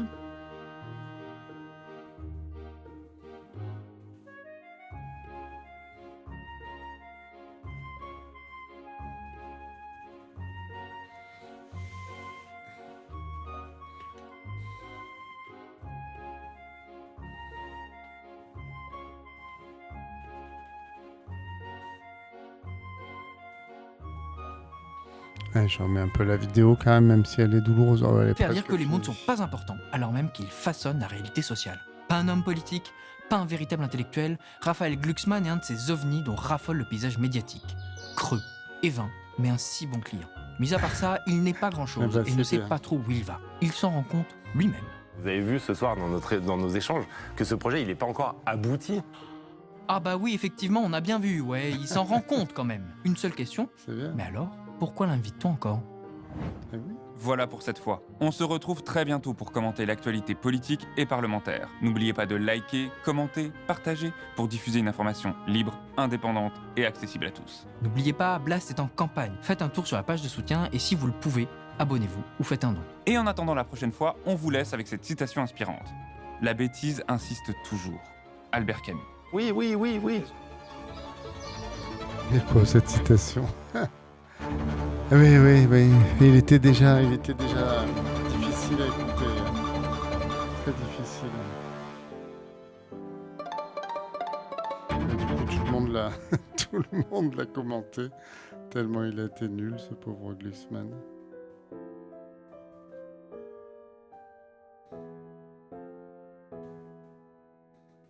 Est-ce que votre travail est utile? Bonjour peut-être déjà. Est-ce qu'il sert à quelque chose? Qu'est-ce que vous apportez à la société? Parce que toi tu te penses indispensable peut-être. Bah non, mais c'est pas la question. Attends, parce que tu vas déjà me remplacer? Non, de toute façon c'est trop tard. Allez, maintenant c'est l'heure de la débauche. C'est Cosmovacus, oui, c'est Cosmovacus aujourd'hui. Bah, j'ai fait deux récas là, quelques récas, voilà, Socrate. Le classique, hein, j'ai fait Socrate. Dis-toi qu'un jour j'ai été embauchée pour tenir un plateau avec des verres de vin dessus. Les gens se servaient comme ça. On aurait mis un meuble, ça aurait été pareil. Voilà. Mais du coup tu parlais pas aux gens? Ah ben non, surtout pas. Ok, moi un jour j'ai été une caméra de surveillance. C'est-à-dire qu'il y avait une fausse caméra de surveillance qui surveillait la station-service. Et moi, vraiment c'est moi qui devais regarder. Vous vous souvenez de ça? Elles sont des centaines à se lever à l'aube pour nettoyer et désinfecter les chambres des hôpitaux, les agents de services hospitaliers. Avec la crise du coronavirus, elles sont en première ligne dans cette lutte. C'était en 2020, le confinement avait été mis en place après l'arrivée du Covid en France. La plupart des gens devaient rester chez eux, mais en parallèle, il y avait des travailleurs obligés de continuer leur besogne, malgré les risques, pour faire tourner le pays, comme on dit. On parlait alors des métiers essentiels, ceux du soin, du transport, de la propreté, etc. Et pour une fois, les médias se sont intéressés à eux. D'un coup, ils se sont rappelés qu'il y avait des travailleurs indispensables. En pleine crise sanitaire, leur travail, souvent déconsidéré, retrouve de l'importance auprès des habitants. Applaudissements, encouragements, mots laissés sur les poubelles. Et oui, les soignants, les éboueurs, les caissières, pour une fois, ils étaient visibles. On leur a donné un petit peu de reconnaissance. Une reconnaissance symbolique seulement, parce que ça reste des professions qui sont les plus précaires et les moins valorisées socialement. Même Macron, il a été obligé de le dire, les larmes aux yeux, souvenez-vous. Il nous faudra nous rappeler aussi que notre pays, aujourd'hui, tient tout entier sur des femmes et des hommes que nos économies reconnaissent et rémunèrent si mal. Alors pour les récompenser et changer cette situation injuste, qu'est-ce qu'il a fait pour eux? La réforme des retraites. Bref, sans ces travailleurs, la société serait carrément invivable. Imaginez qu'il n'y ait personne pour vous soigner, personne pour ramasser vos déchets, personne pour cultiver la nourriture, etc. Pendant le confinement, les cadres, ils étaient en télétravail et personne n'a remarqué leur absence. Bah oui, parce que si on revient à l'essentiel, on n'a pas besoin de responsables marketing, de lobbyistes, de chief happiness officer. Mais pas de patron? Mais qui va créer de l'emploi? Oui, alors qu'est-ce que ça veut dire être utile? Utile pour qui? Pour la société? Pour le bien commun? Pour le patron ou pour les actionnaires? Est-ce que nous, là, vautrés dans nos fauteuils, à déblatérer, est-ce qu'on est utile? Bah oui, quand même, parce qu'on parle d'un sujet important qui a complètement été abandonné par les partis politiques. Eh bah c'est super que tu te sentes utile, ma petite, mais est-ce que tu crées de la valeur, hein? Aujourd'hui, on va avoir une thématique qui va vous parler, parce que quelque part, je suis certain que vous l'évoquez assez régulièrement. Comment se transformer pour créer... Oui, ça s'est arrêté. De la valeur. Non mais attends, mais là t'es en train de nous montrer une formation pour dirigeants d'entreprise, alors que l'utilité c'est pas forcément lié à l'argent. Regarde, c'est la sociologue Marie-Anne Dujarrier qui en parle. Évidemment, ce qui est utile à un actionnaire n'est pas forcément utile à un salarié, et inversement, ou à un dirigeant. Bah oui, parce que se sentir utile en tant que travailleur au quotidien, c'est avoir l'impression de bien faire ses tâches, que ça serve à quelque chose, pas de savoir combien ça rapporte. Tu penses qu'on rapporte combien à Blast? Le concept d'utilité dans le champ des sciences sociales a été d'une certaine manière préempté par les économistes. Dans quelque sens qu'on le tourne, je suis complètement inutile. ça c'est beau. Qui ont réduit la notion d'utilité à une valeur économique. Or, on voit bien qu'il y a un divorce évident entre la production de valeur économique et la production d'utilité. Le tour de force qui s'opère sous le capitalisme, il porte avant tout sur le langage. Il consiste à nous faire croire que l'important, c'est la croissance à tout prix, la rentabilité, à tel point que quand on entend parler d'utilité dans la bouche des dirigeants d'entreprise, on fait même pas attention au fait que eux se considèrent forcément comme utiles et essentiels. Pourtant, on les a pas beaucoup vus pendant le confinement. Dominique Méda, sociologue spécialiste du travail, explique que la hiérarchie des rémunérations, le fait qu'une assistante maternelle soit moins bien payée qu'un publicitaire par exemple, eh ben ça c'est une violence économique et sociale. Et on nous apprend que c'est normal, presque naturel, alors que c'est le résultat d'un rapport de force. Si les prolos restent sous-payés, c'est parce qu'ils perdent la lutte des classes. Oui, mais pas que. Qui occupe les boulots les plus précaires? Les femmes et les personnes immigrées. Le racisme et le patriarcat pèsent énormément dans la hiérarchie des salaires. On peut voir également dans l'actuelle hiérarchie des salaires le résultat d'un double mouvement de délégation et de déconsidération du sale boulot. Des métiers qui exigent le contact avec des déchets, de la souillure, des excréments, agents d'entretien, aide à domicile, etc. Mais aussi qui supposent des conditions de travail physiquement très dures, ouvriers de la manutention, du bâtiment, des industries agroalimentaires. Le fait que ces métiers soient le plus souvent exercés par des personnes étrangères ou issues de l'immigration n'est pas sans lien avec leur sous-rémunération. Les chercheuses Rachel Silveira et Séverine Lemierre expliquent pourquoi les professions, qui sont principalement occupées par les femmes, sont si mal rémunérées. On pense aux métiers du soin, à l'éducation, à l'aide à domicile, au nettoyage, etc. Ces métiers sont désignés comme peu qualifiés car les compétences et les techniques spécifiques utilisées pour ces travaux sont considérées comme naturelles pour les femmes. Comme les métiers du soin, les aides à domicile, par exemple, sont majoritairement des femmes. Elles sont absolument indispensables, le seront de plus en plus, et elles ont souvent des conditions d'emploi insoutenables. Sur cette journée de 10 heures, passée en dehors de chez elle, Sophie ne sera payée que 5 heures. Sophie déjeune à 17 heures. Ce sera son seul repas de la journée. On ne peut pas forcément faire 2 repas à chaque fois. Pourquoi ? Parce que financièrement, avec la conjoncture actuelle, c'est compliqué. L'augmentation des prix. Heureusement, je travaille. Pendant ce temps-là, les managers ou les publicitaires, ils se nourrissent bien, eux, ils se salissent pas les mains. Pourtant, leur boulot, il sert à quoi, à part à nourrir le capital? Écoutez ce qu'en dit la philosophe Céline Marty. Ces fonctions de production, comme la publicité, le marketing, la stimulation constante de nos désirs pour nous faire consommer plus, c'est des fonctions de production qui bénéficient au capital. Comment on va faire pour lutter contre le capital, pour se passer de ces fonctions de production qui ne servent qu'à valoriser le capital? Et puis on devrait aussi se poser la question du temps qu'on y consacre. Parce que imaginez si demain on ne gardait que les métiers réellement utiles et qu'on les répartisse entre tous ceux qui sont en capacité de le faire. Non mais ça va pas, mais on aurait beaucoup trop de temps libre qu'on pourrait consacrer mais à des choses inutiles. S'occuper des enfants, passer du temps avec ses proches, faire de la culture, faire de la politique. Mais ça serait horrible. Et oui, en réalité, pourquoi vouloir nous forcer à travailler toujours plus? Pourquoi monopoliser notre temps? C'est une forme de contrôle, ça nous affaiblit de notre rôle démocratique, ça nous dépossède de notre pouvoir d'organisation, de décision. En parallèle, persécuter les improductifs, c'est aussi un choix politique. C'est aussi ça qui nous empêche déjà de prendre du temps pour penser à la politique, tout simplement. Ce rythme métro-boulot-dodo, il est épuisant. Il donne l'impression que la politique, c'est pas pour nous, que c'est pour les professionnels. On délègue notre pouvoir de représentation politique parce qu'on n'a pas le temps, l'énergie de le faire nous-mêmes, mais parce qu'on nous donne pas le temps et l'énergie de le faire nous-mêmes. Bah oui, si on est maintenu occupé et qu'on est épuisé, ça nous laisse beaucoup moins de temps pour nous intéresser à la politique, au syndicalisme, à la lutte, et ça arrange bien les capitalistes. La chercheuse Christine Herel explique en partie pourquoi on crée autant de postes inutiles, en rappelant que nous valorisons le travail pour lui-même. On détache la valeur sociale et la valeur monétaire, et qu'on ne sera reconnu qu'en passant par la souffrance au travail. Il y a plein de gens qui ne bossent pas. Il faut les forcer à aller travailler. Bon, ce que nous dit Darmanin, là, ça fait partie de la fable néolibérale. C'est la fameuse valeur travail. Il faut travailler pour travailler, peu importe ce que tu fais, peu importe si ça a du sens. L'important, c'est de se mettre au boulot. Il y a un paradoxe, c'est que la valeur travail peut amener en fait à faire n'importe quoi, à n'importe qui, à n'importe quelle condition. Pour ceux qui veulent à tout prix nous mettre au travail, l'utilité est d'abord liée à la productivité. Il faut produire des richesses. Dont tu ne verras jamais la couleur en plus. Heureusement, des militants, des syndicalistes, des chercheurs et même des économistes demandent de nouveaux indicateurs. C'est le cas par exemple de la sociologue Dominique Méda dont on vous parlait tout à l'heure, qui elle souligne que l'utilité est toujours perçue comme individuelle, jamais collective. Elle pense qu'il serait plus juste de voir l'utilité d'un point de vue social. Ça permettrait de prendre en considération plein de choses, comme l'empreinte carbone ou l'entretien du lien social. À côté de tout ça, il y a aussi beaucoup de travail inutile à la société, voire même nuisible, et c'est assez dingue quand on y pense. Combien de métiers sont nocifs pour la santé, pour le tissu social, pour l'écologie? Déjà, rien que le gestionnaire de patrimoine, son job, c'est de nous priver d'argent public. Et tous ces boulots-là qui sont dédiés à la communication des marques, on n'en peut plus. À quoi je sers? Est-ce que ce job apporte du bonheur aux gens? Est-ce que créer des sites publicitaires m'épanouit pleinement? Est-ce que si mon métier disparaît un jour, quelqu'un va s'en rendre compte? Ah bah oui, on va s'en rendre compte, oui. Parce qu'on aura enfin la paix, on va enfin pouvoir respirer un petit peu. Non mais attends, essaye d'avoir un peu d'empathie avec le témoignage. Est-ce que j'ai payé une école de commerce à 30 000 € pour envoyer des mails? Non mais elle s'attendait à quoi en fait? Ah tu vois, t'as déjà perdu ton empathie. Oui, ok, alors il y a plein de gens qui souffrent d'avoir des métiers inutiles ou nuisibles. Vous connaissez peut-être le concept du bullshit job. C'est une idée développée par l'anthropologue David Graeber et qui a eu un certain succès. Un bullshit job, en gros boulot à la con, c'est un travail qui n'a aucun sens, soit parce qu'il ne sert à rien, soit parce que les employés n'ont rien à faire.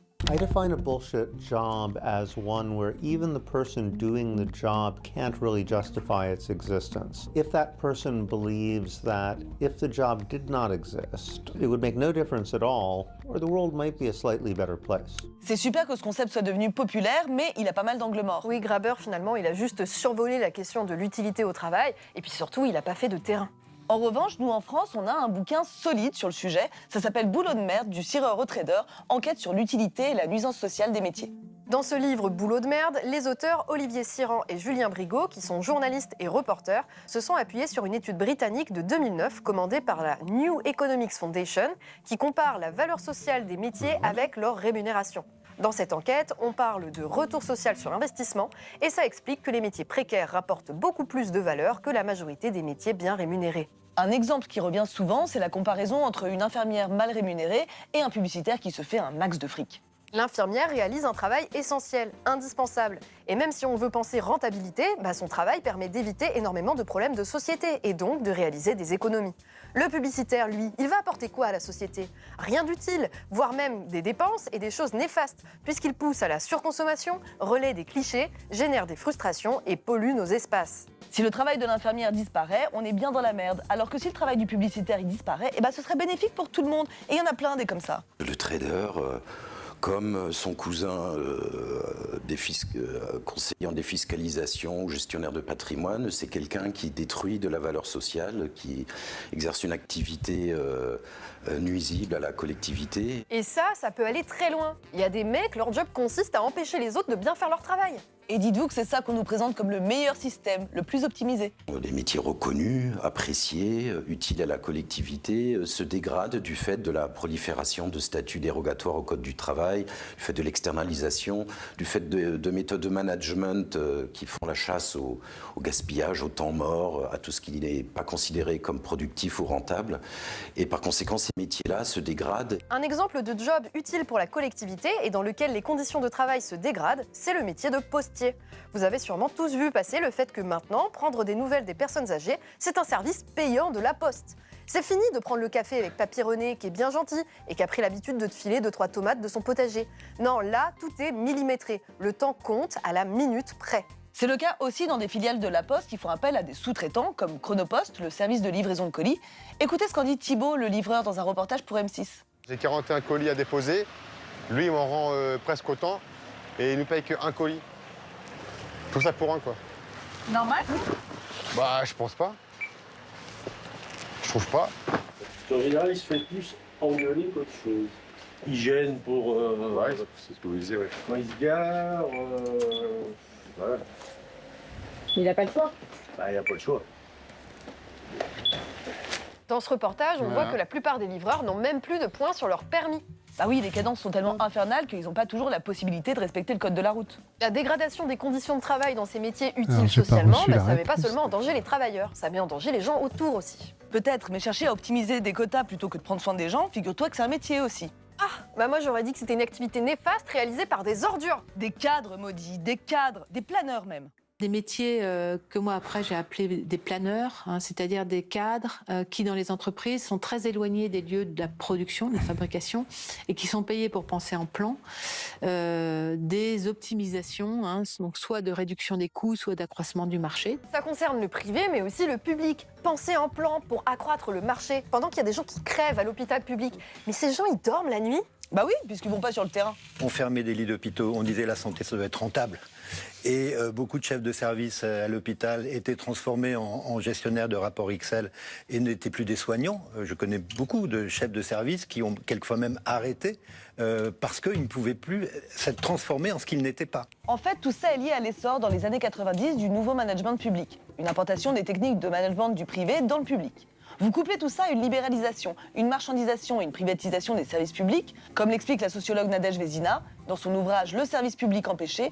Et là, vous obtenez des travailleurs qui ont l'impression qu'on sabote leur travail, que plus rien ne fait sens. Parce qu'un paradoxe aujourd'hui, c'est que généralement les femmes et les hommes qui vont vers le service public, c'est précisément pour se sentir utiles, et que paradoxalement, ces professionnels, bien souvent, du fait de cet encadrement par des dispositifs de gestion, sont empêchés de d'être utiles, empêchés de faire leur métier. Bon, mais pour mieux saisir le danger des techniques d'optimisation des services publics blindés d'indicateurs, le mieux c'est peut-être de prendre un exemple concret. Tiens, bah là on a le travail d'une psychologue sociale, Pascale Molinier, qui parle des soins en personnes âgées.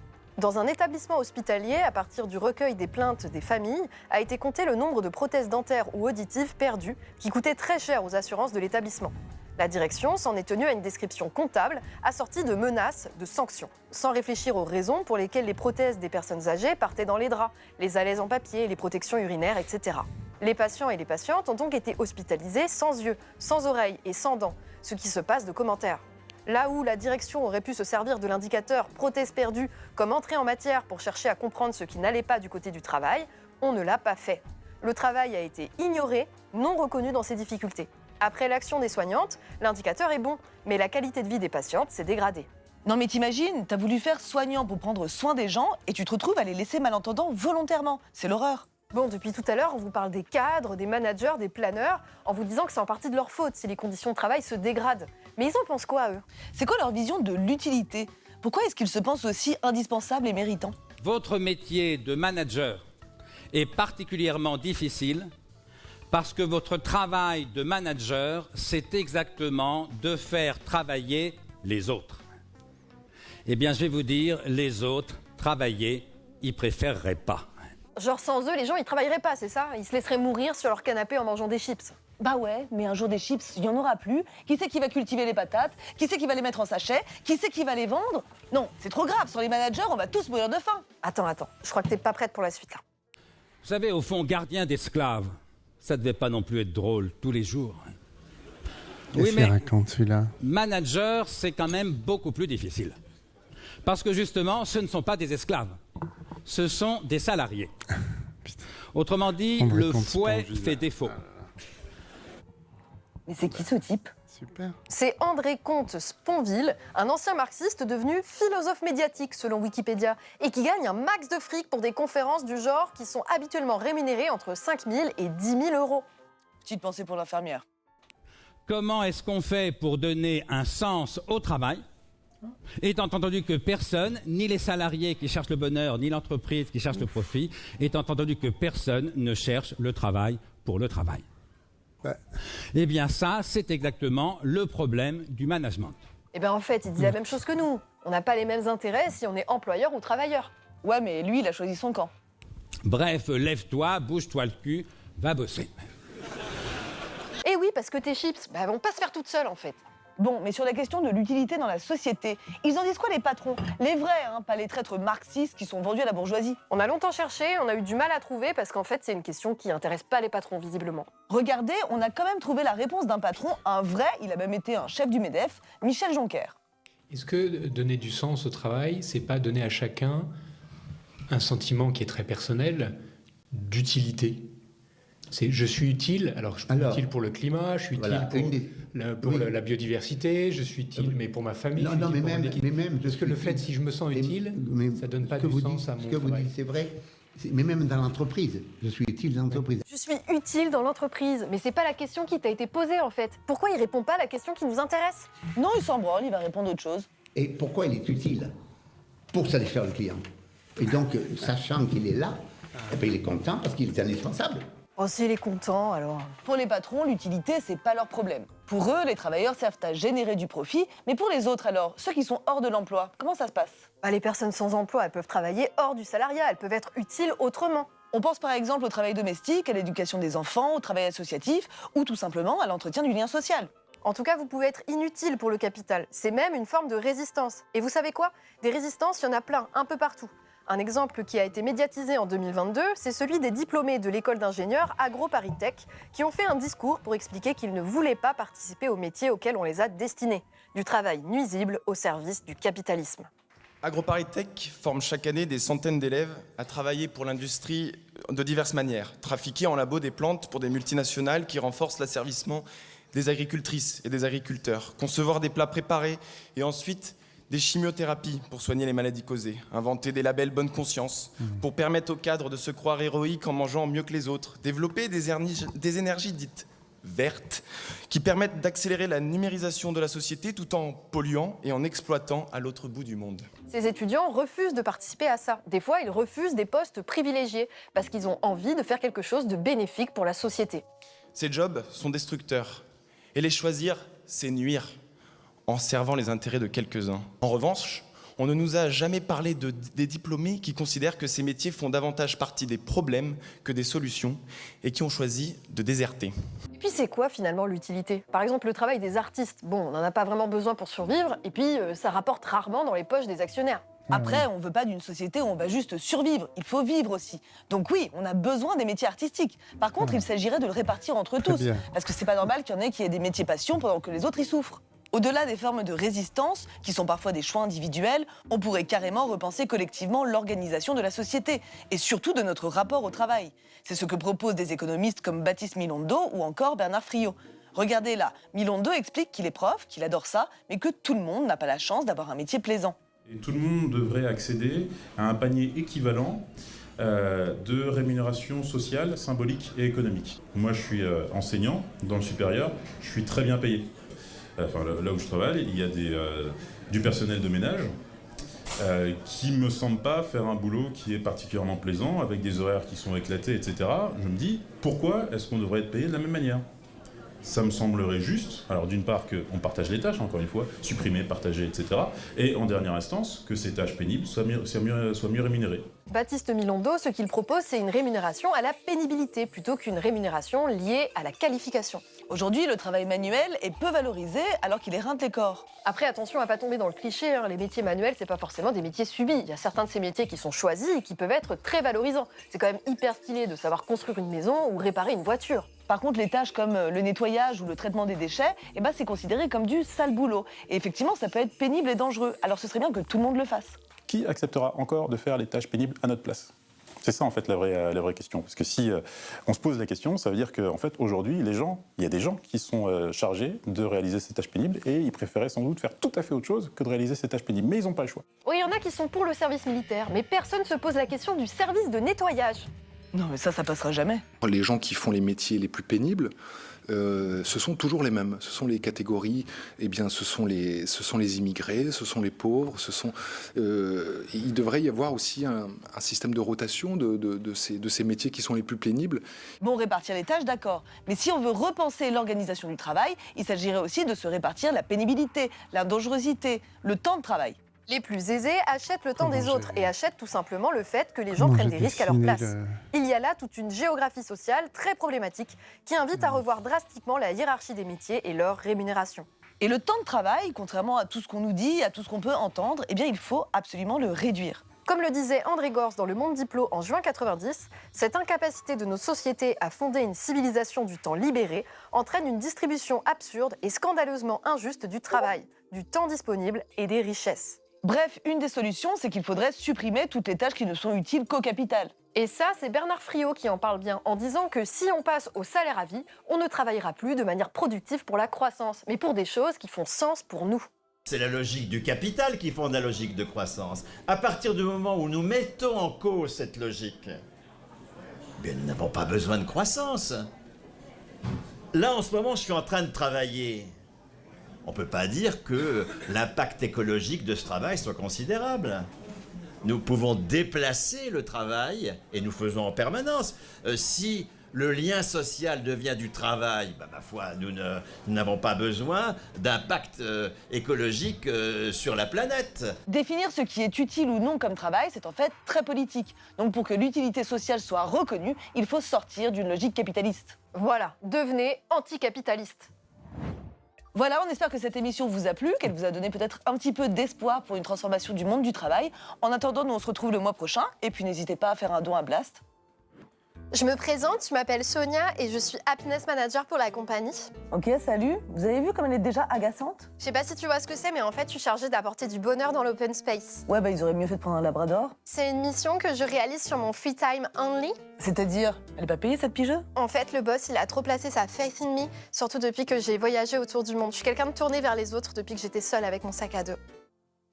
Bref, si t'as besoin de quoi que ce soit, n'hésite pas à venir me voir. Je suis là pour toi et l'entreprise est là pour toi. N'y va surtout pas. Hein. Elle, c'est les yeux et les oreilles du patronat déguisés en super Karen. À part ça, j'ai d'autres missions. J'optimise et je drive les équipes. Mais tu fais quoi concrètement?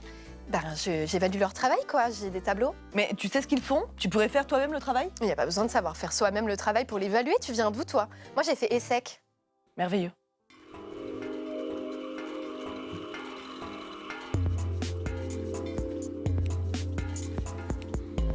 Alors...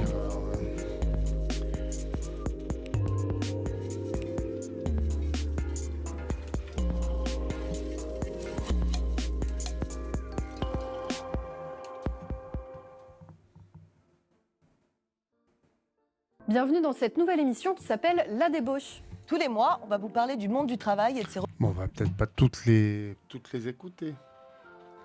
Je sais pas ce que chez 18h il fait nuit. Tiens, d'ailleurs, je vais fermer mes volets.